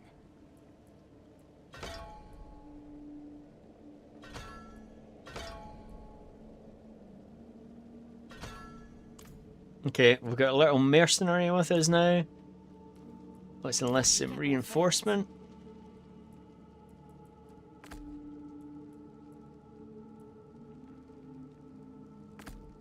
Okay.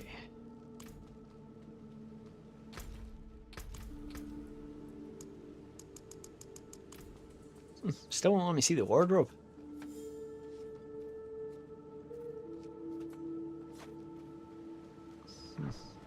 Okay.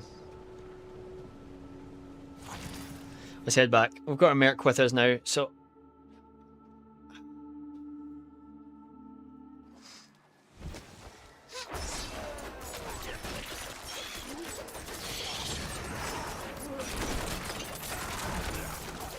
I think once I reach a certain level as well, you can go and grab elixirs that increase your attack speed and increase the amount of experience gained as well. So we'll just level up here and I'll go see if I can grab some. There we go, and our level up, let's go. And we're going to Kyovashad real quick if we can. Come on. Nice. Oh, I'm forgetting I've got a bunch of runes as well that I can put in my gear. That'd be really handy right now. I've got some really good runes. I've been saving them. So... I'll give you an example here. You okay? Kitty. Hey, you okay? Doing a lot of heavy snoring there, weren't you, you wee stinky? So you can get two, I think it's 2 sockets. 2 sockets is the limit, I think, on gear. And some gear you can only get 1 socket, so. Okay, I'm going to add 2 sockets to this. And now we can add some runes to this as well. So, for example, this one here is really good. Travel 5 meters. I just need, so I need to travel 5 meters, and then after that, I could reduce all my cooldowns by 0.1 seconds, or replace my next evade with teleport. Invoke the barbarian's warcry skill. I could get +1 to all my skills.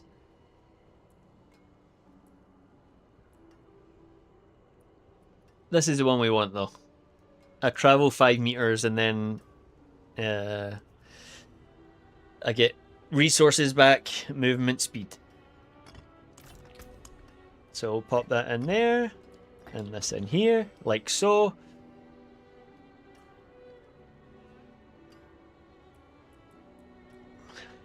Oh, I need to travel 50 meters, but every 50 meters I travel will increase my speed and replace my main resource for casting my skills, so pretty good. Not a massive bonus, but it's not bad.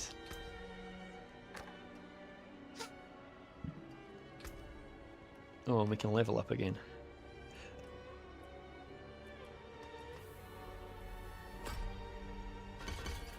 Just put points into dash, because I'm going to be using that.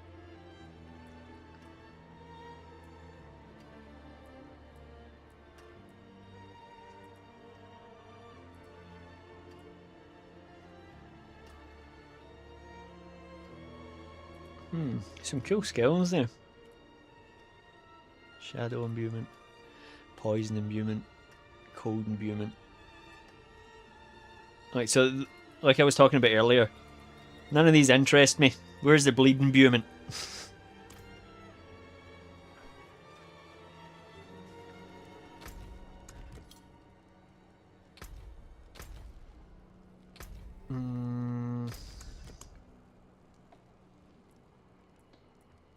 Call on the Paladin. I forgot there was a quest we could do here.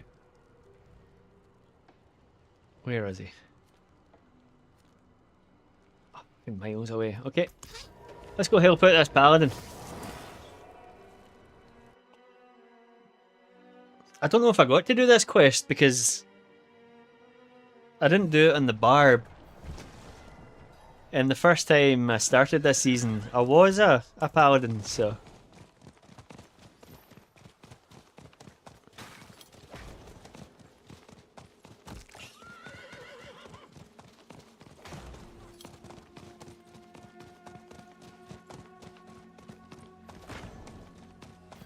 What is this? Okay, so the Paladins, the new Paladins, from what I can remember, I think they've got nothing to do with the old Zachary murder that fell in Diablo 2. So they've got nothing to do with the Paladin Diablo 2. They've also got nothing to do with the Crusaders from Diablo 3 either. I do believe these are the Wardens of Light, these guys, so... They've got nothing to do with other Paladins, as far as I'm aware. But hopefully we'll get a bit of lore now.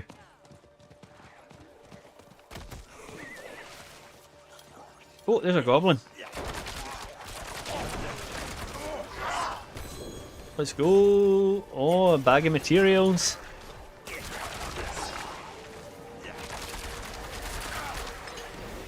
Man, I really like rapid fire.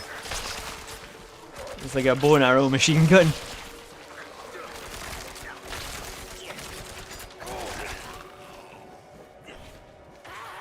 Oh, there's an artillery shrine as well. That's crazy. Enough of this. Go back to the hills. Oh, she's casting blessed hammers. Oh, that's so cool. Oh, I should probably help her out. Cheers for that. I'm just still, a Warden of Light. You free to aid me? Indeed I am, just still.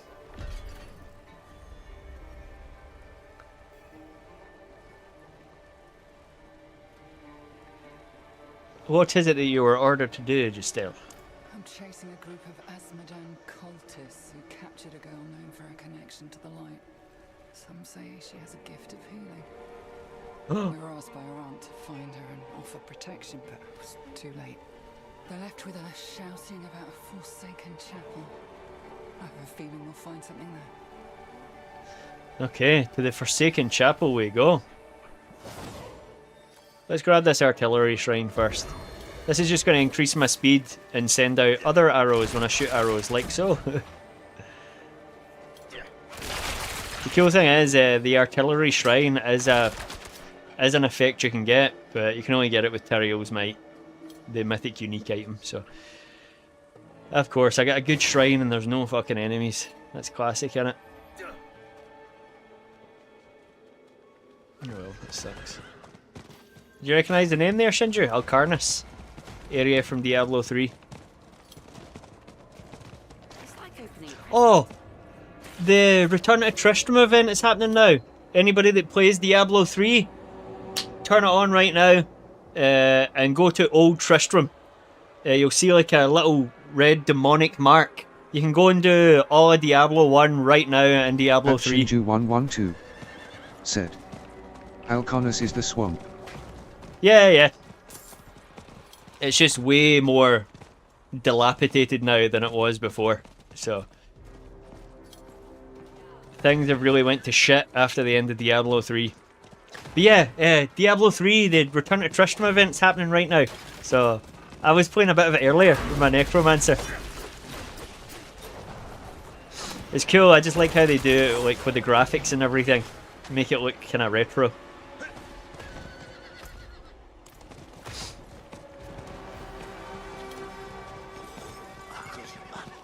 Oh, there's a goblin. Telling you, man, goblins are everywhere. Oh, he's getting away, damn it. Fucking shoot at him, not the other way. No! There we go.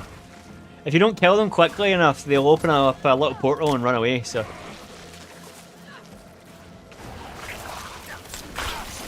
Love that she's using... Oh, that was Spear of the Heavens. She just used. Let's see what else. Let's see what other moves she's got. Oh, Blessed Hammer. Okay. Oh, Spear of the Heavens is so cool. Oh, I'm gonna have to set up another Paladin.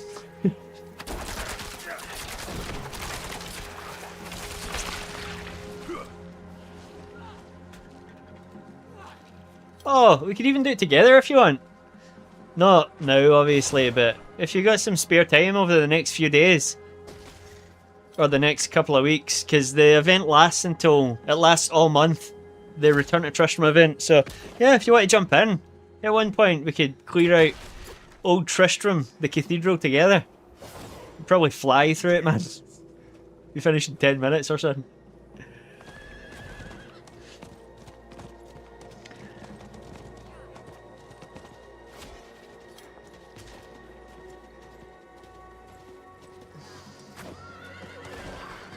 Okay, let's see about this Forsaken Chapel. Come.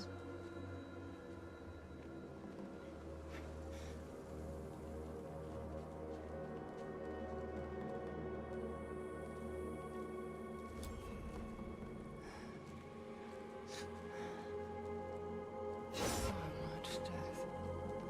The girl witnessed this all alone. Search for signs. There must be something about where they went. Yeah, that is a lot of bodies.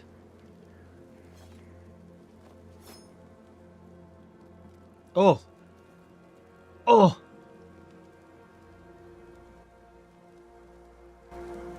Well, a little bit of volume for this. Please, tell me about the Order. Wardens of Light. We stand for justice, not dogma. We have no ties to Zakarum or any institution of the light. We saw how corruption spread, diluting the light by politics and hierarchy. We chose better. We broke from the old systems that drained Sanctuary. Our light isn't passed down, it's earned, lived, and lit from within. We On you take go, in just anyone still. willing to walk the path. and help them find their fire. Okay, so no previous ties to Zakarum, no ties to Anarius and the Light.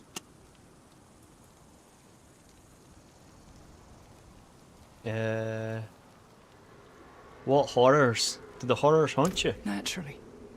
We bear the burden of facing Oh, Sanctuary's Sanctuary's horrors, yeah. Our vow is to make this world better. Not all possess your strength, Wanderer. We stand for the forgotten, for those who've lost hope. The weight is real.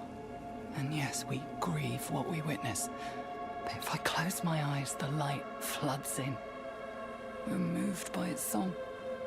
It gives us strength. Song! Hadriel said the same thing about a song, light and song. So it looks like the light she's tapping into is the right light. Her gift from the light was far too special. This is the little girl we're looking for. She was vulnerable. Tried to bring her to safety, but the cultists struck first. She's young, yet her gift runs deep. The light moves in her. You can feel it. Okay. What happened to you? I assume they tried to summon power from Azmodan. Before we cleanse the chapel, we can search for answers. I will sanctify the stain of Azmodan and bring harmony back to this place. I will start with the source. The connection inside the cathedral is where it's strongest. Oh, she's got a wicked cool helmet. I hear a keening, a discord in the light. There is evil here.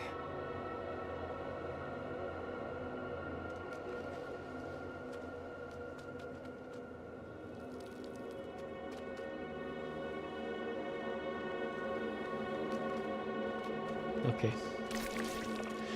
Remains are smeared across the ground, a gory trail littering the chapel.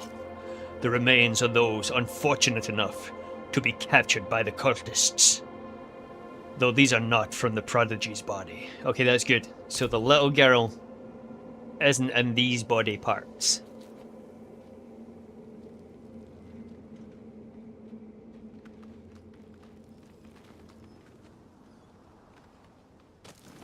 The remains make it clear the cultists had victims with them, sacrificed in the process of discerning the ritual.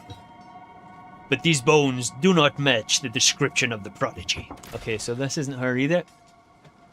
Sorry if you could hear that of my cat doing some parkour. A dark bloody scrawl gives detailed instructions on sacrificing someone with a connection to holy energies to satisfy a dark pact. It indicates a location in Kyrgyzstan with a fiery pit that connects to the burning hells. The essence of a lesser evil lingers. Oh, sulfur clings to the nose. It's mad that evil always stinks, innit? Like sulfur or eggs or whatever. Evil stinks, bro. Bleh. They took her to the pit in Kyrgyzstan. We must go, Justil. A pit. I know where they took her. They're gonna commence the ritual there.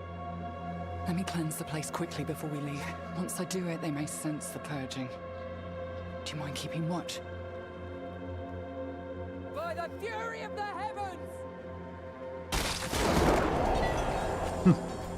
heavens! By sanctify or cleanse, do you mean destroy? Here. Deal with them while I finish. Don't draw any more power from it. Oh, level up, let's go.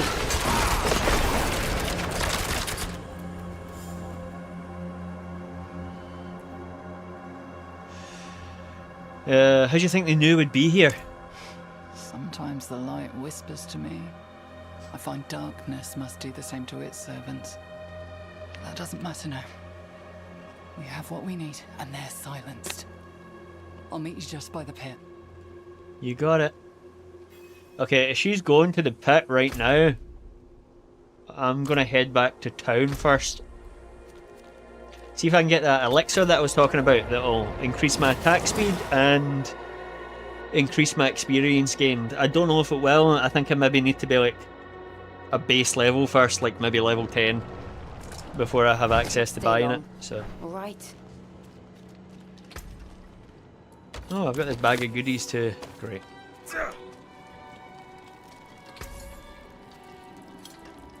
I just want a hat, man. It never lets you buy a hat.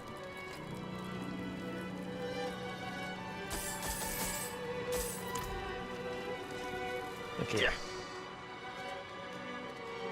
That's the check for the elixirs down here. Elixirs, brewed to order. Okay, yeah, I can't make anything yet. I thought that would maybe be the case. I think I probably need to be level 10 before I can brew any elixirs.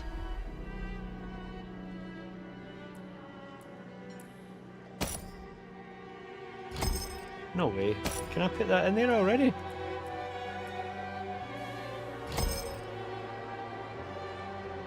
Rewards are doubled.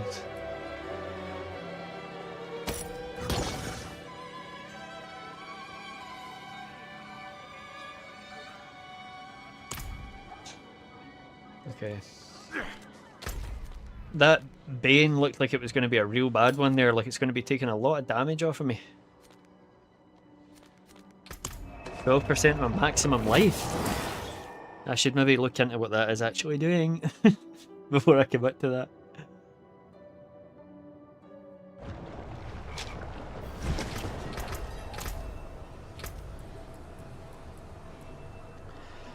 Agonized souls are enraged and will now form explosions that pull you inwards and generate electrified ground that deal 12% maximum life a second. Okay, I'm 100% going to forget about that and be killed.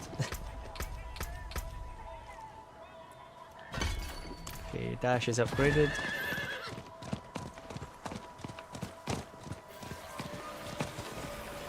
Whoa!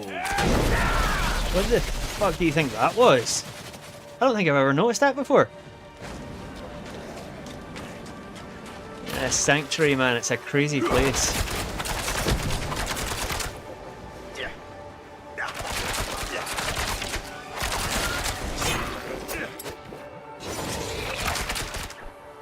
Okay, let's not stall here, we'll just head straight over.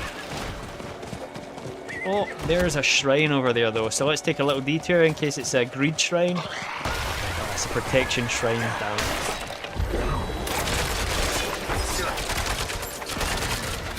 I always like to check the shrines, no matter how much of a rush I'm in, no matter if we're doing a quest.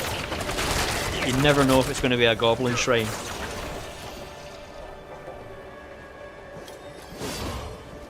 These little red orbs I'm picking up, this is just like a seasonal quest thing. It's got nothing to do with the quest we're doing now. No way, there's another shrine over there. Come on, give me a greed shrine. Oh, it's another. Oh, artillery's not bad. Increased attack speed. Oh, there's a werebear. Hello. Hey, buddy.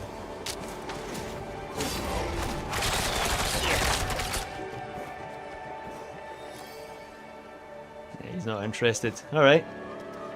I always like to say hello to players. I do. I haven't actually customized this.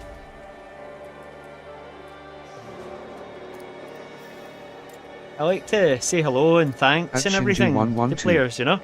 Said.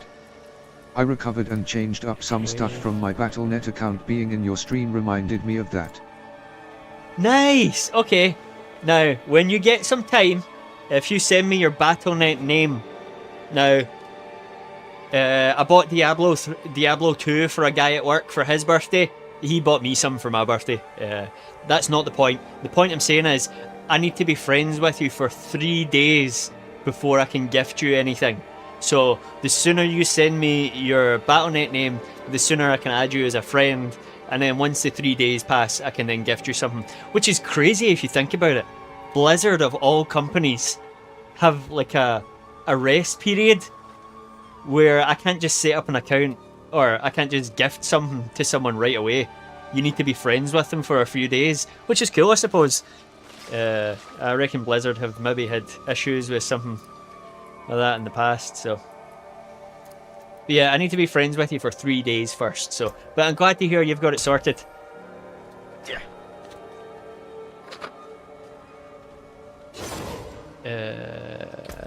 What was I going to do there? Nothing, I don't think. Okay.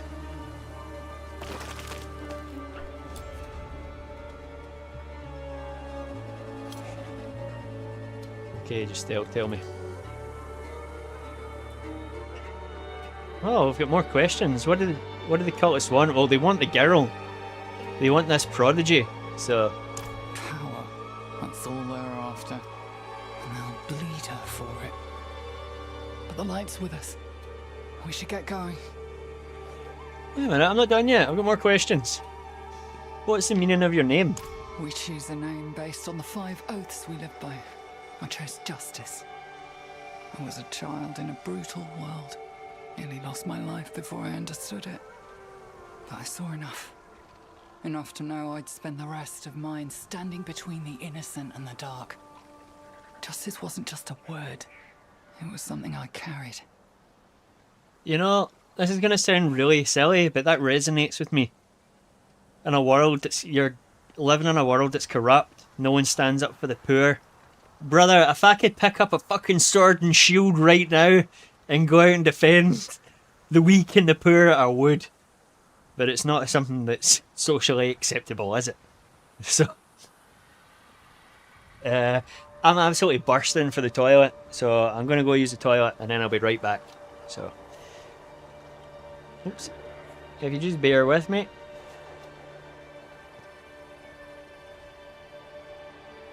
Yeah, have a be right back sign. Yeah, I do.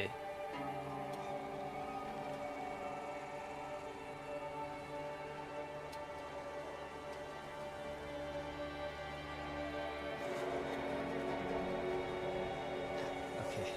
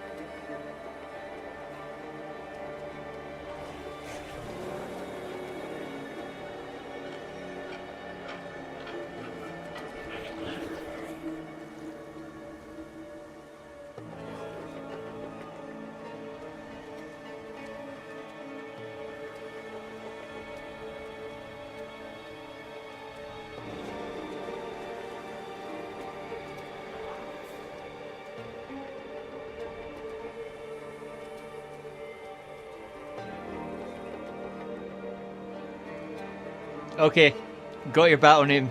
Got your battle name, net brother. Thank you. I'll take care of that after the stream. Better late than never, bro, eh? Okay. Let's ask Justille what she saw. What did you see? She's still alive, but not for long. I'll rescue the girl. You slay the cultists. I'll be with you. Sounds every good to me. step. And if it comes to it, I'll be your shield. Okay.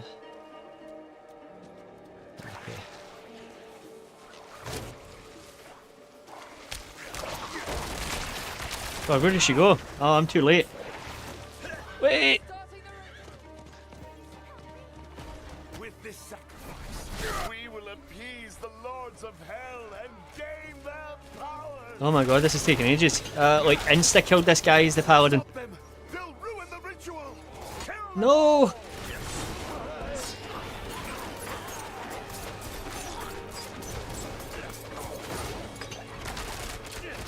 Oh, I've got a new reward from Hadriel. Nice.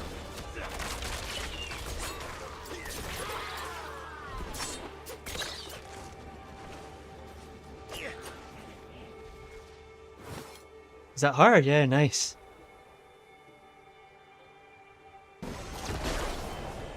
Wait a minute, we got another Nayrel right here. What is going on?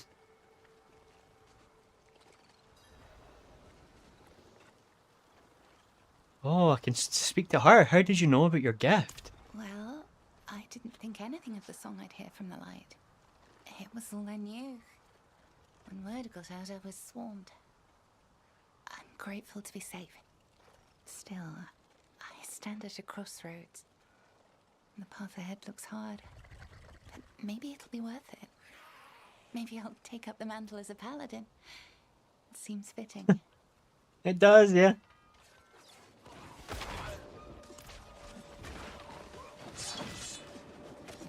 What do you plan to do now? To the rose. If the wardens ever call to her, we'd welcome her beneath our mantle. Whatever path you choose, our protection remains. No demands, only the promise you won't walk alone. I'm glad this ended well. As am I, thank you. And those people, they earned their death for what they tried to do.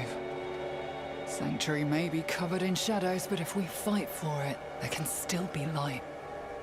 I see myself in her. That's why I'll see her safely to the Wardens of Light, and if she chooses to stay, she'll have a place among us. Saving someone with her potential is no small feat. And because of your actions, Sanctuary stands stronger today.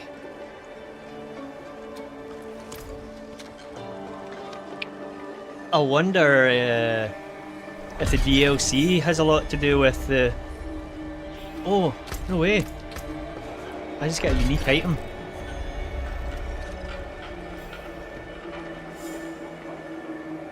That's crazy. But it's for the paladin. It's a unique item for the paladin. Wow. Yeah. I wonder, yeah, if the DLC will have more to do with the paladins, the wardens of light. That'd be really cool, man. Always control it. Oh, you can't always control it. That's my wee Aldkin here. Can't control his demon urges. Okay. So, we leveled up.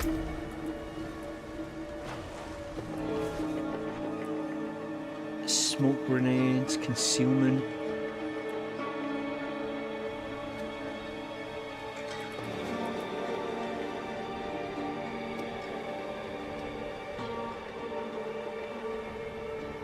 That's actually quite good. Dark Shroud.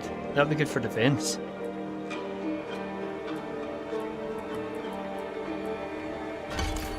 Okay.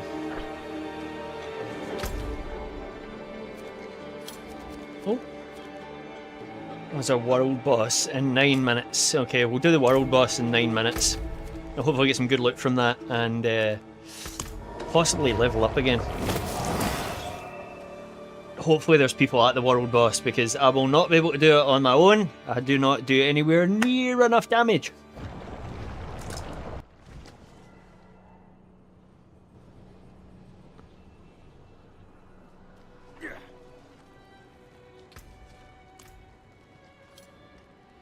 At Shinju112 said, "Alright, I am going to eat dinner now, bro. Have fun with the stream." No worries, my man. Thank you for joining, Shinju, man. It's been great to hear from you. Great to have you here. I'll get the Battle.net taken care of, and I'll listen to your voice message. Again, thank you very much for joining, bro, and I hope you enjoy your dinner. I hope it's a good meal. Take care, my man. It's great. Okay, I need to get to my wardrobe. I don't know why it's not working.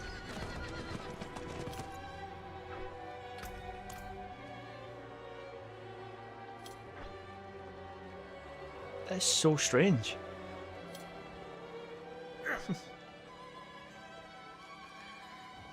Oh well.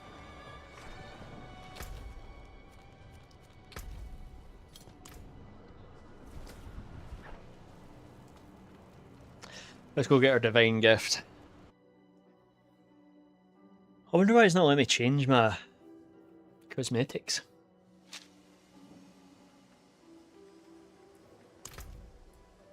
Oh, that's experience, I think, this one.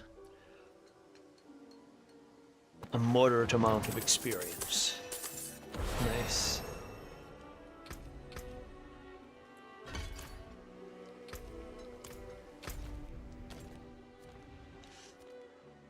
Oh, Helltide isn't even near the world boss.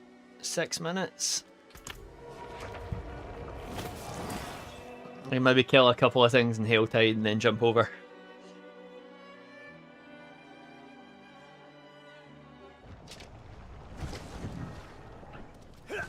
Oh, and there's a shrine. Oh, it's a green shrine, let's go.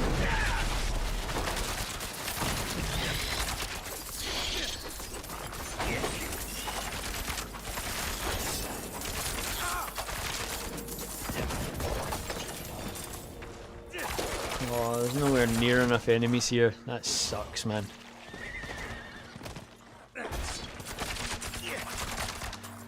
I don't exactly know how many you have to kill, but... Oh, there we go, we got a goblin, let's go!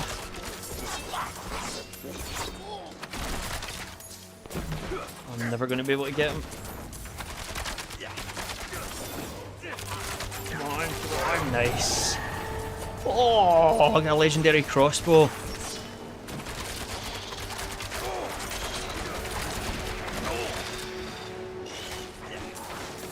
It won't let me pick it up because of all the fucking enemies, man.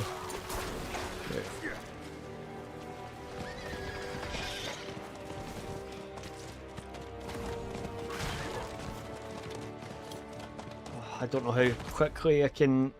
Not quickly at all. We're gonna have to fast travel. How quickly can I get to the world boss from here? It'll be faster if we fast travel.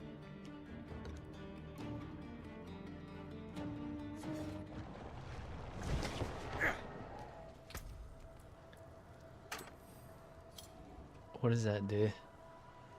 Okay, cool. It's an upgrade, that's all that matters. Don't really like the colour of it, but it won't let me change anything right now, so...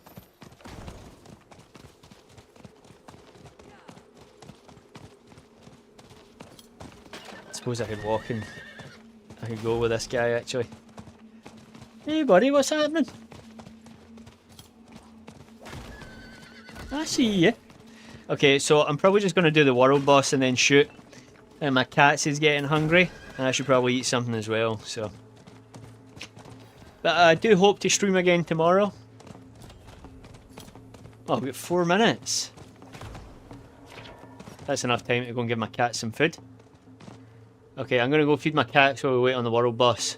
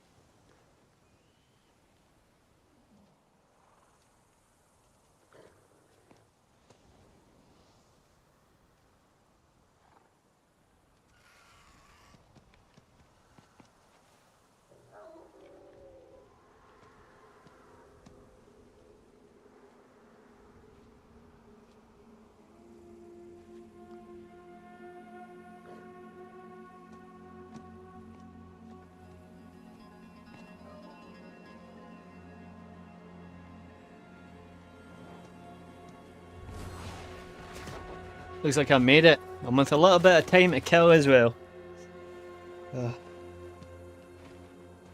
Should be getting a haircut tomorrow too, which is pretty rad.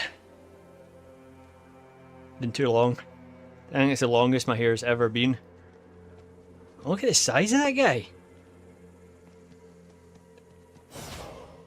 Or is it just that the rogue's really small? That guy's got like a crazy get up on.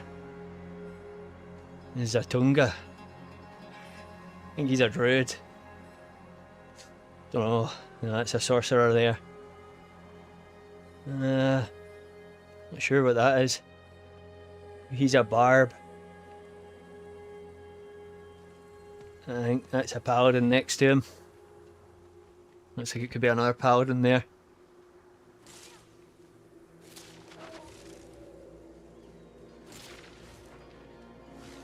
That's supposed to be one of the best builds, if not on par with the paladin. If not the best is the sorcerer one.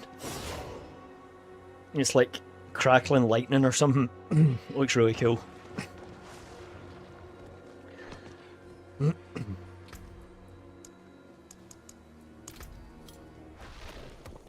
Oh, here we go. Who is it? Who are we getting? Oh, it's Asmodan.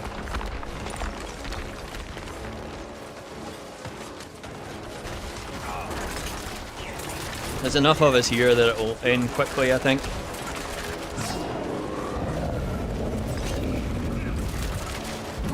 I'm just trying to keep my distance.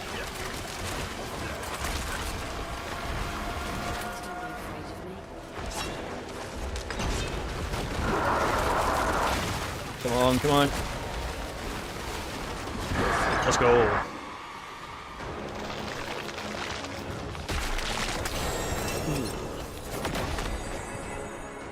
Okay, yeah, I leveled up like 3 times there.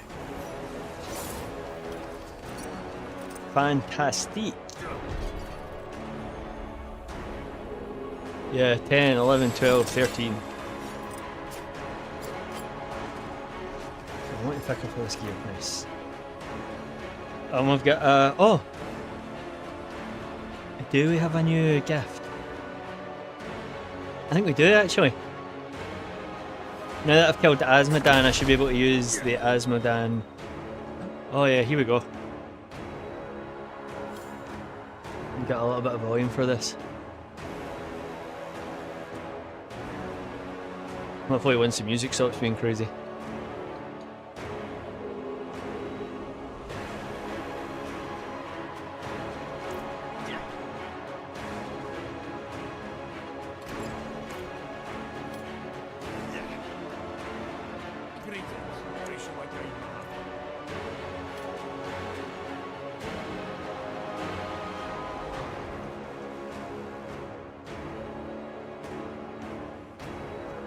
What the hell is going on here?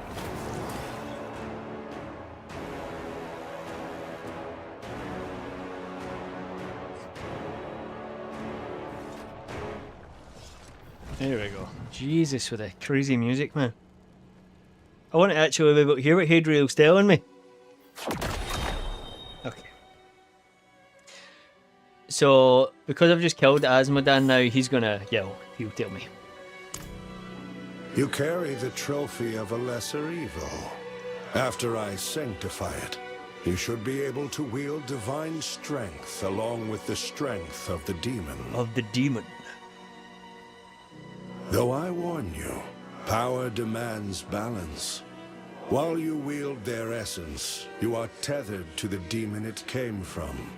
The bond remains unless you cast it off. Indeed.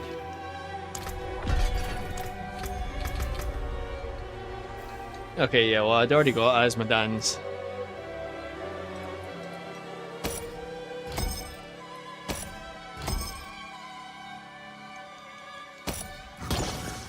Okay. Only leveled up a good few times there.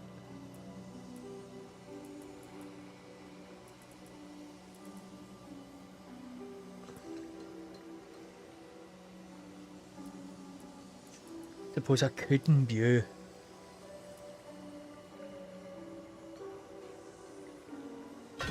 Shadow damage, yeah. I'll take shadow over poison. Or cold.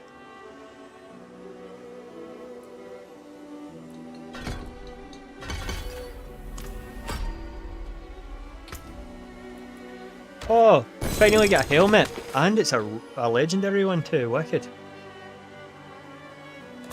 There we go, finally we get Griffith's helmet on. That took long enough, didn't it?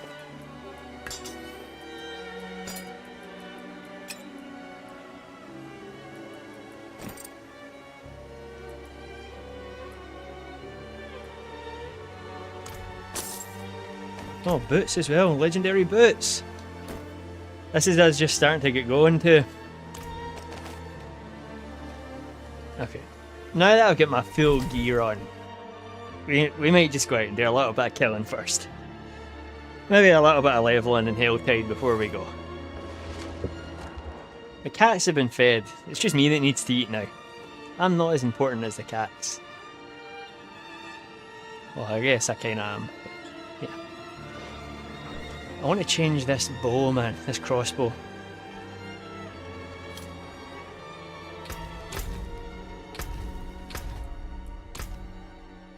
I'm gonna exit and come back in. I don't know why it's not letting me change any of this stuff.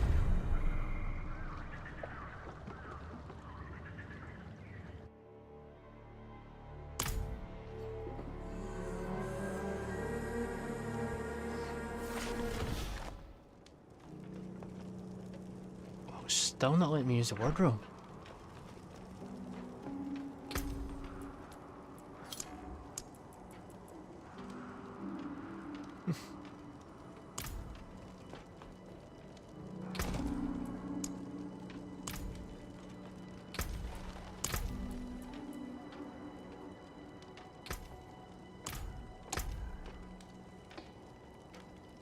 Oh, I got to change my title to something Griffith-like.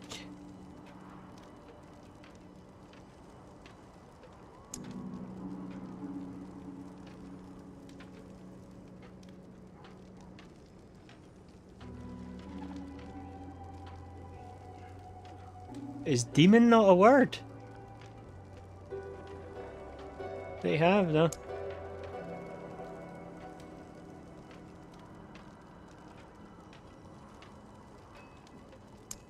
Blood-soaked devil. How could we describe Griffith?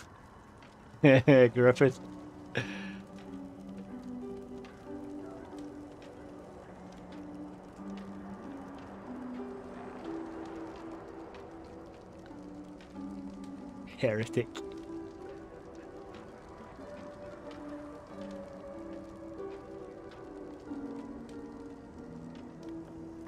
Lad.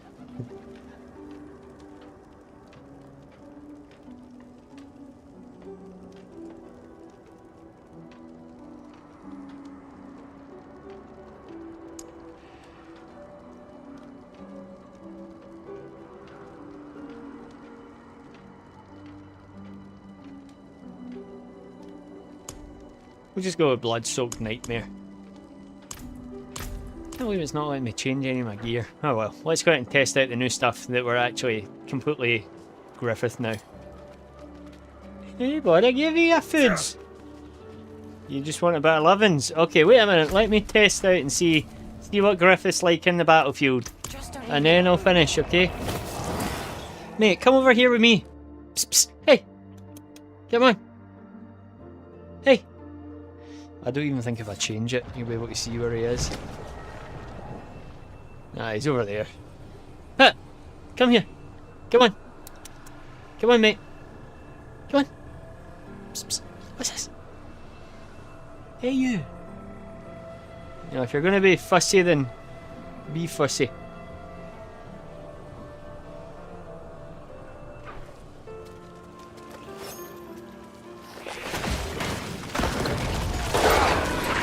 Shadow imbuement. Not bad.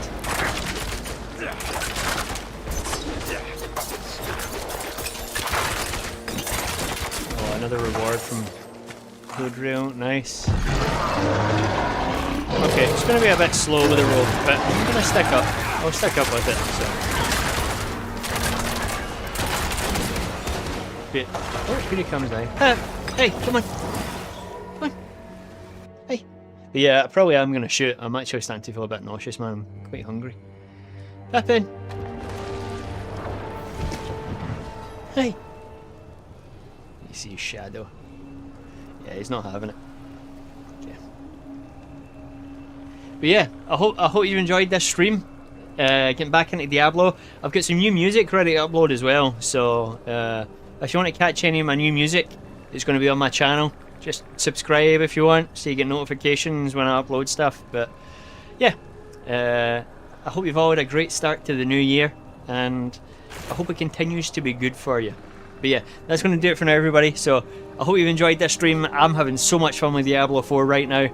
If you own it, jump back in, man. This season has been great so far. But yeah, it's going to do it for now. Take care, and I hope we'll see you again next time. Bye.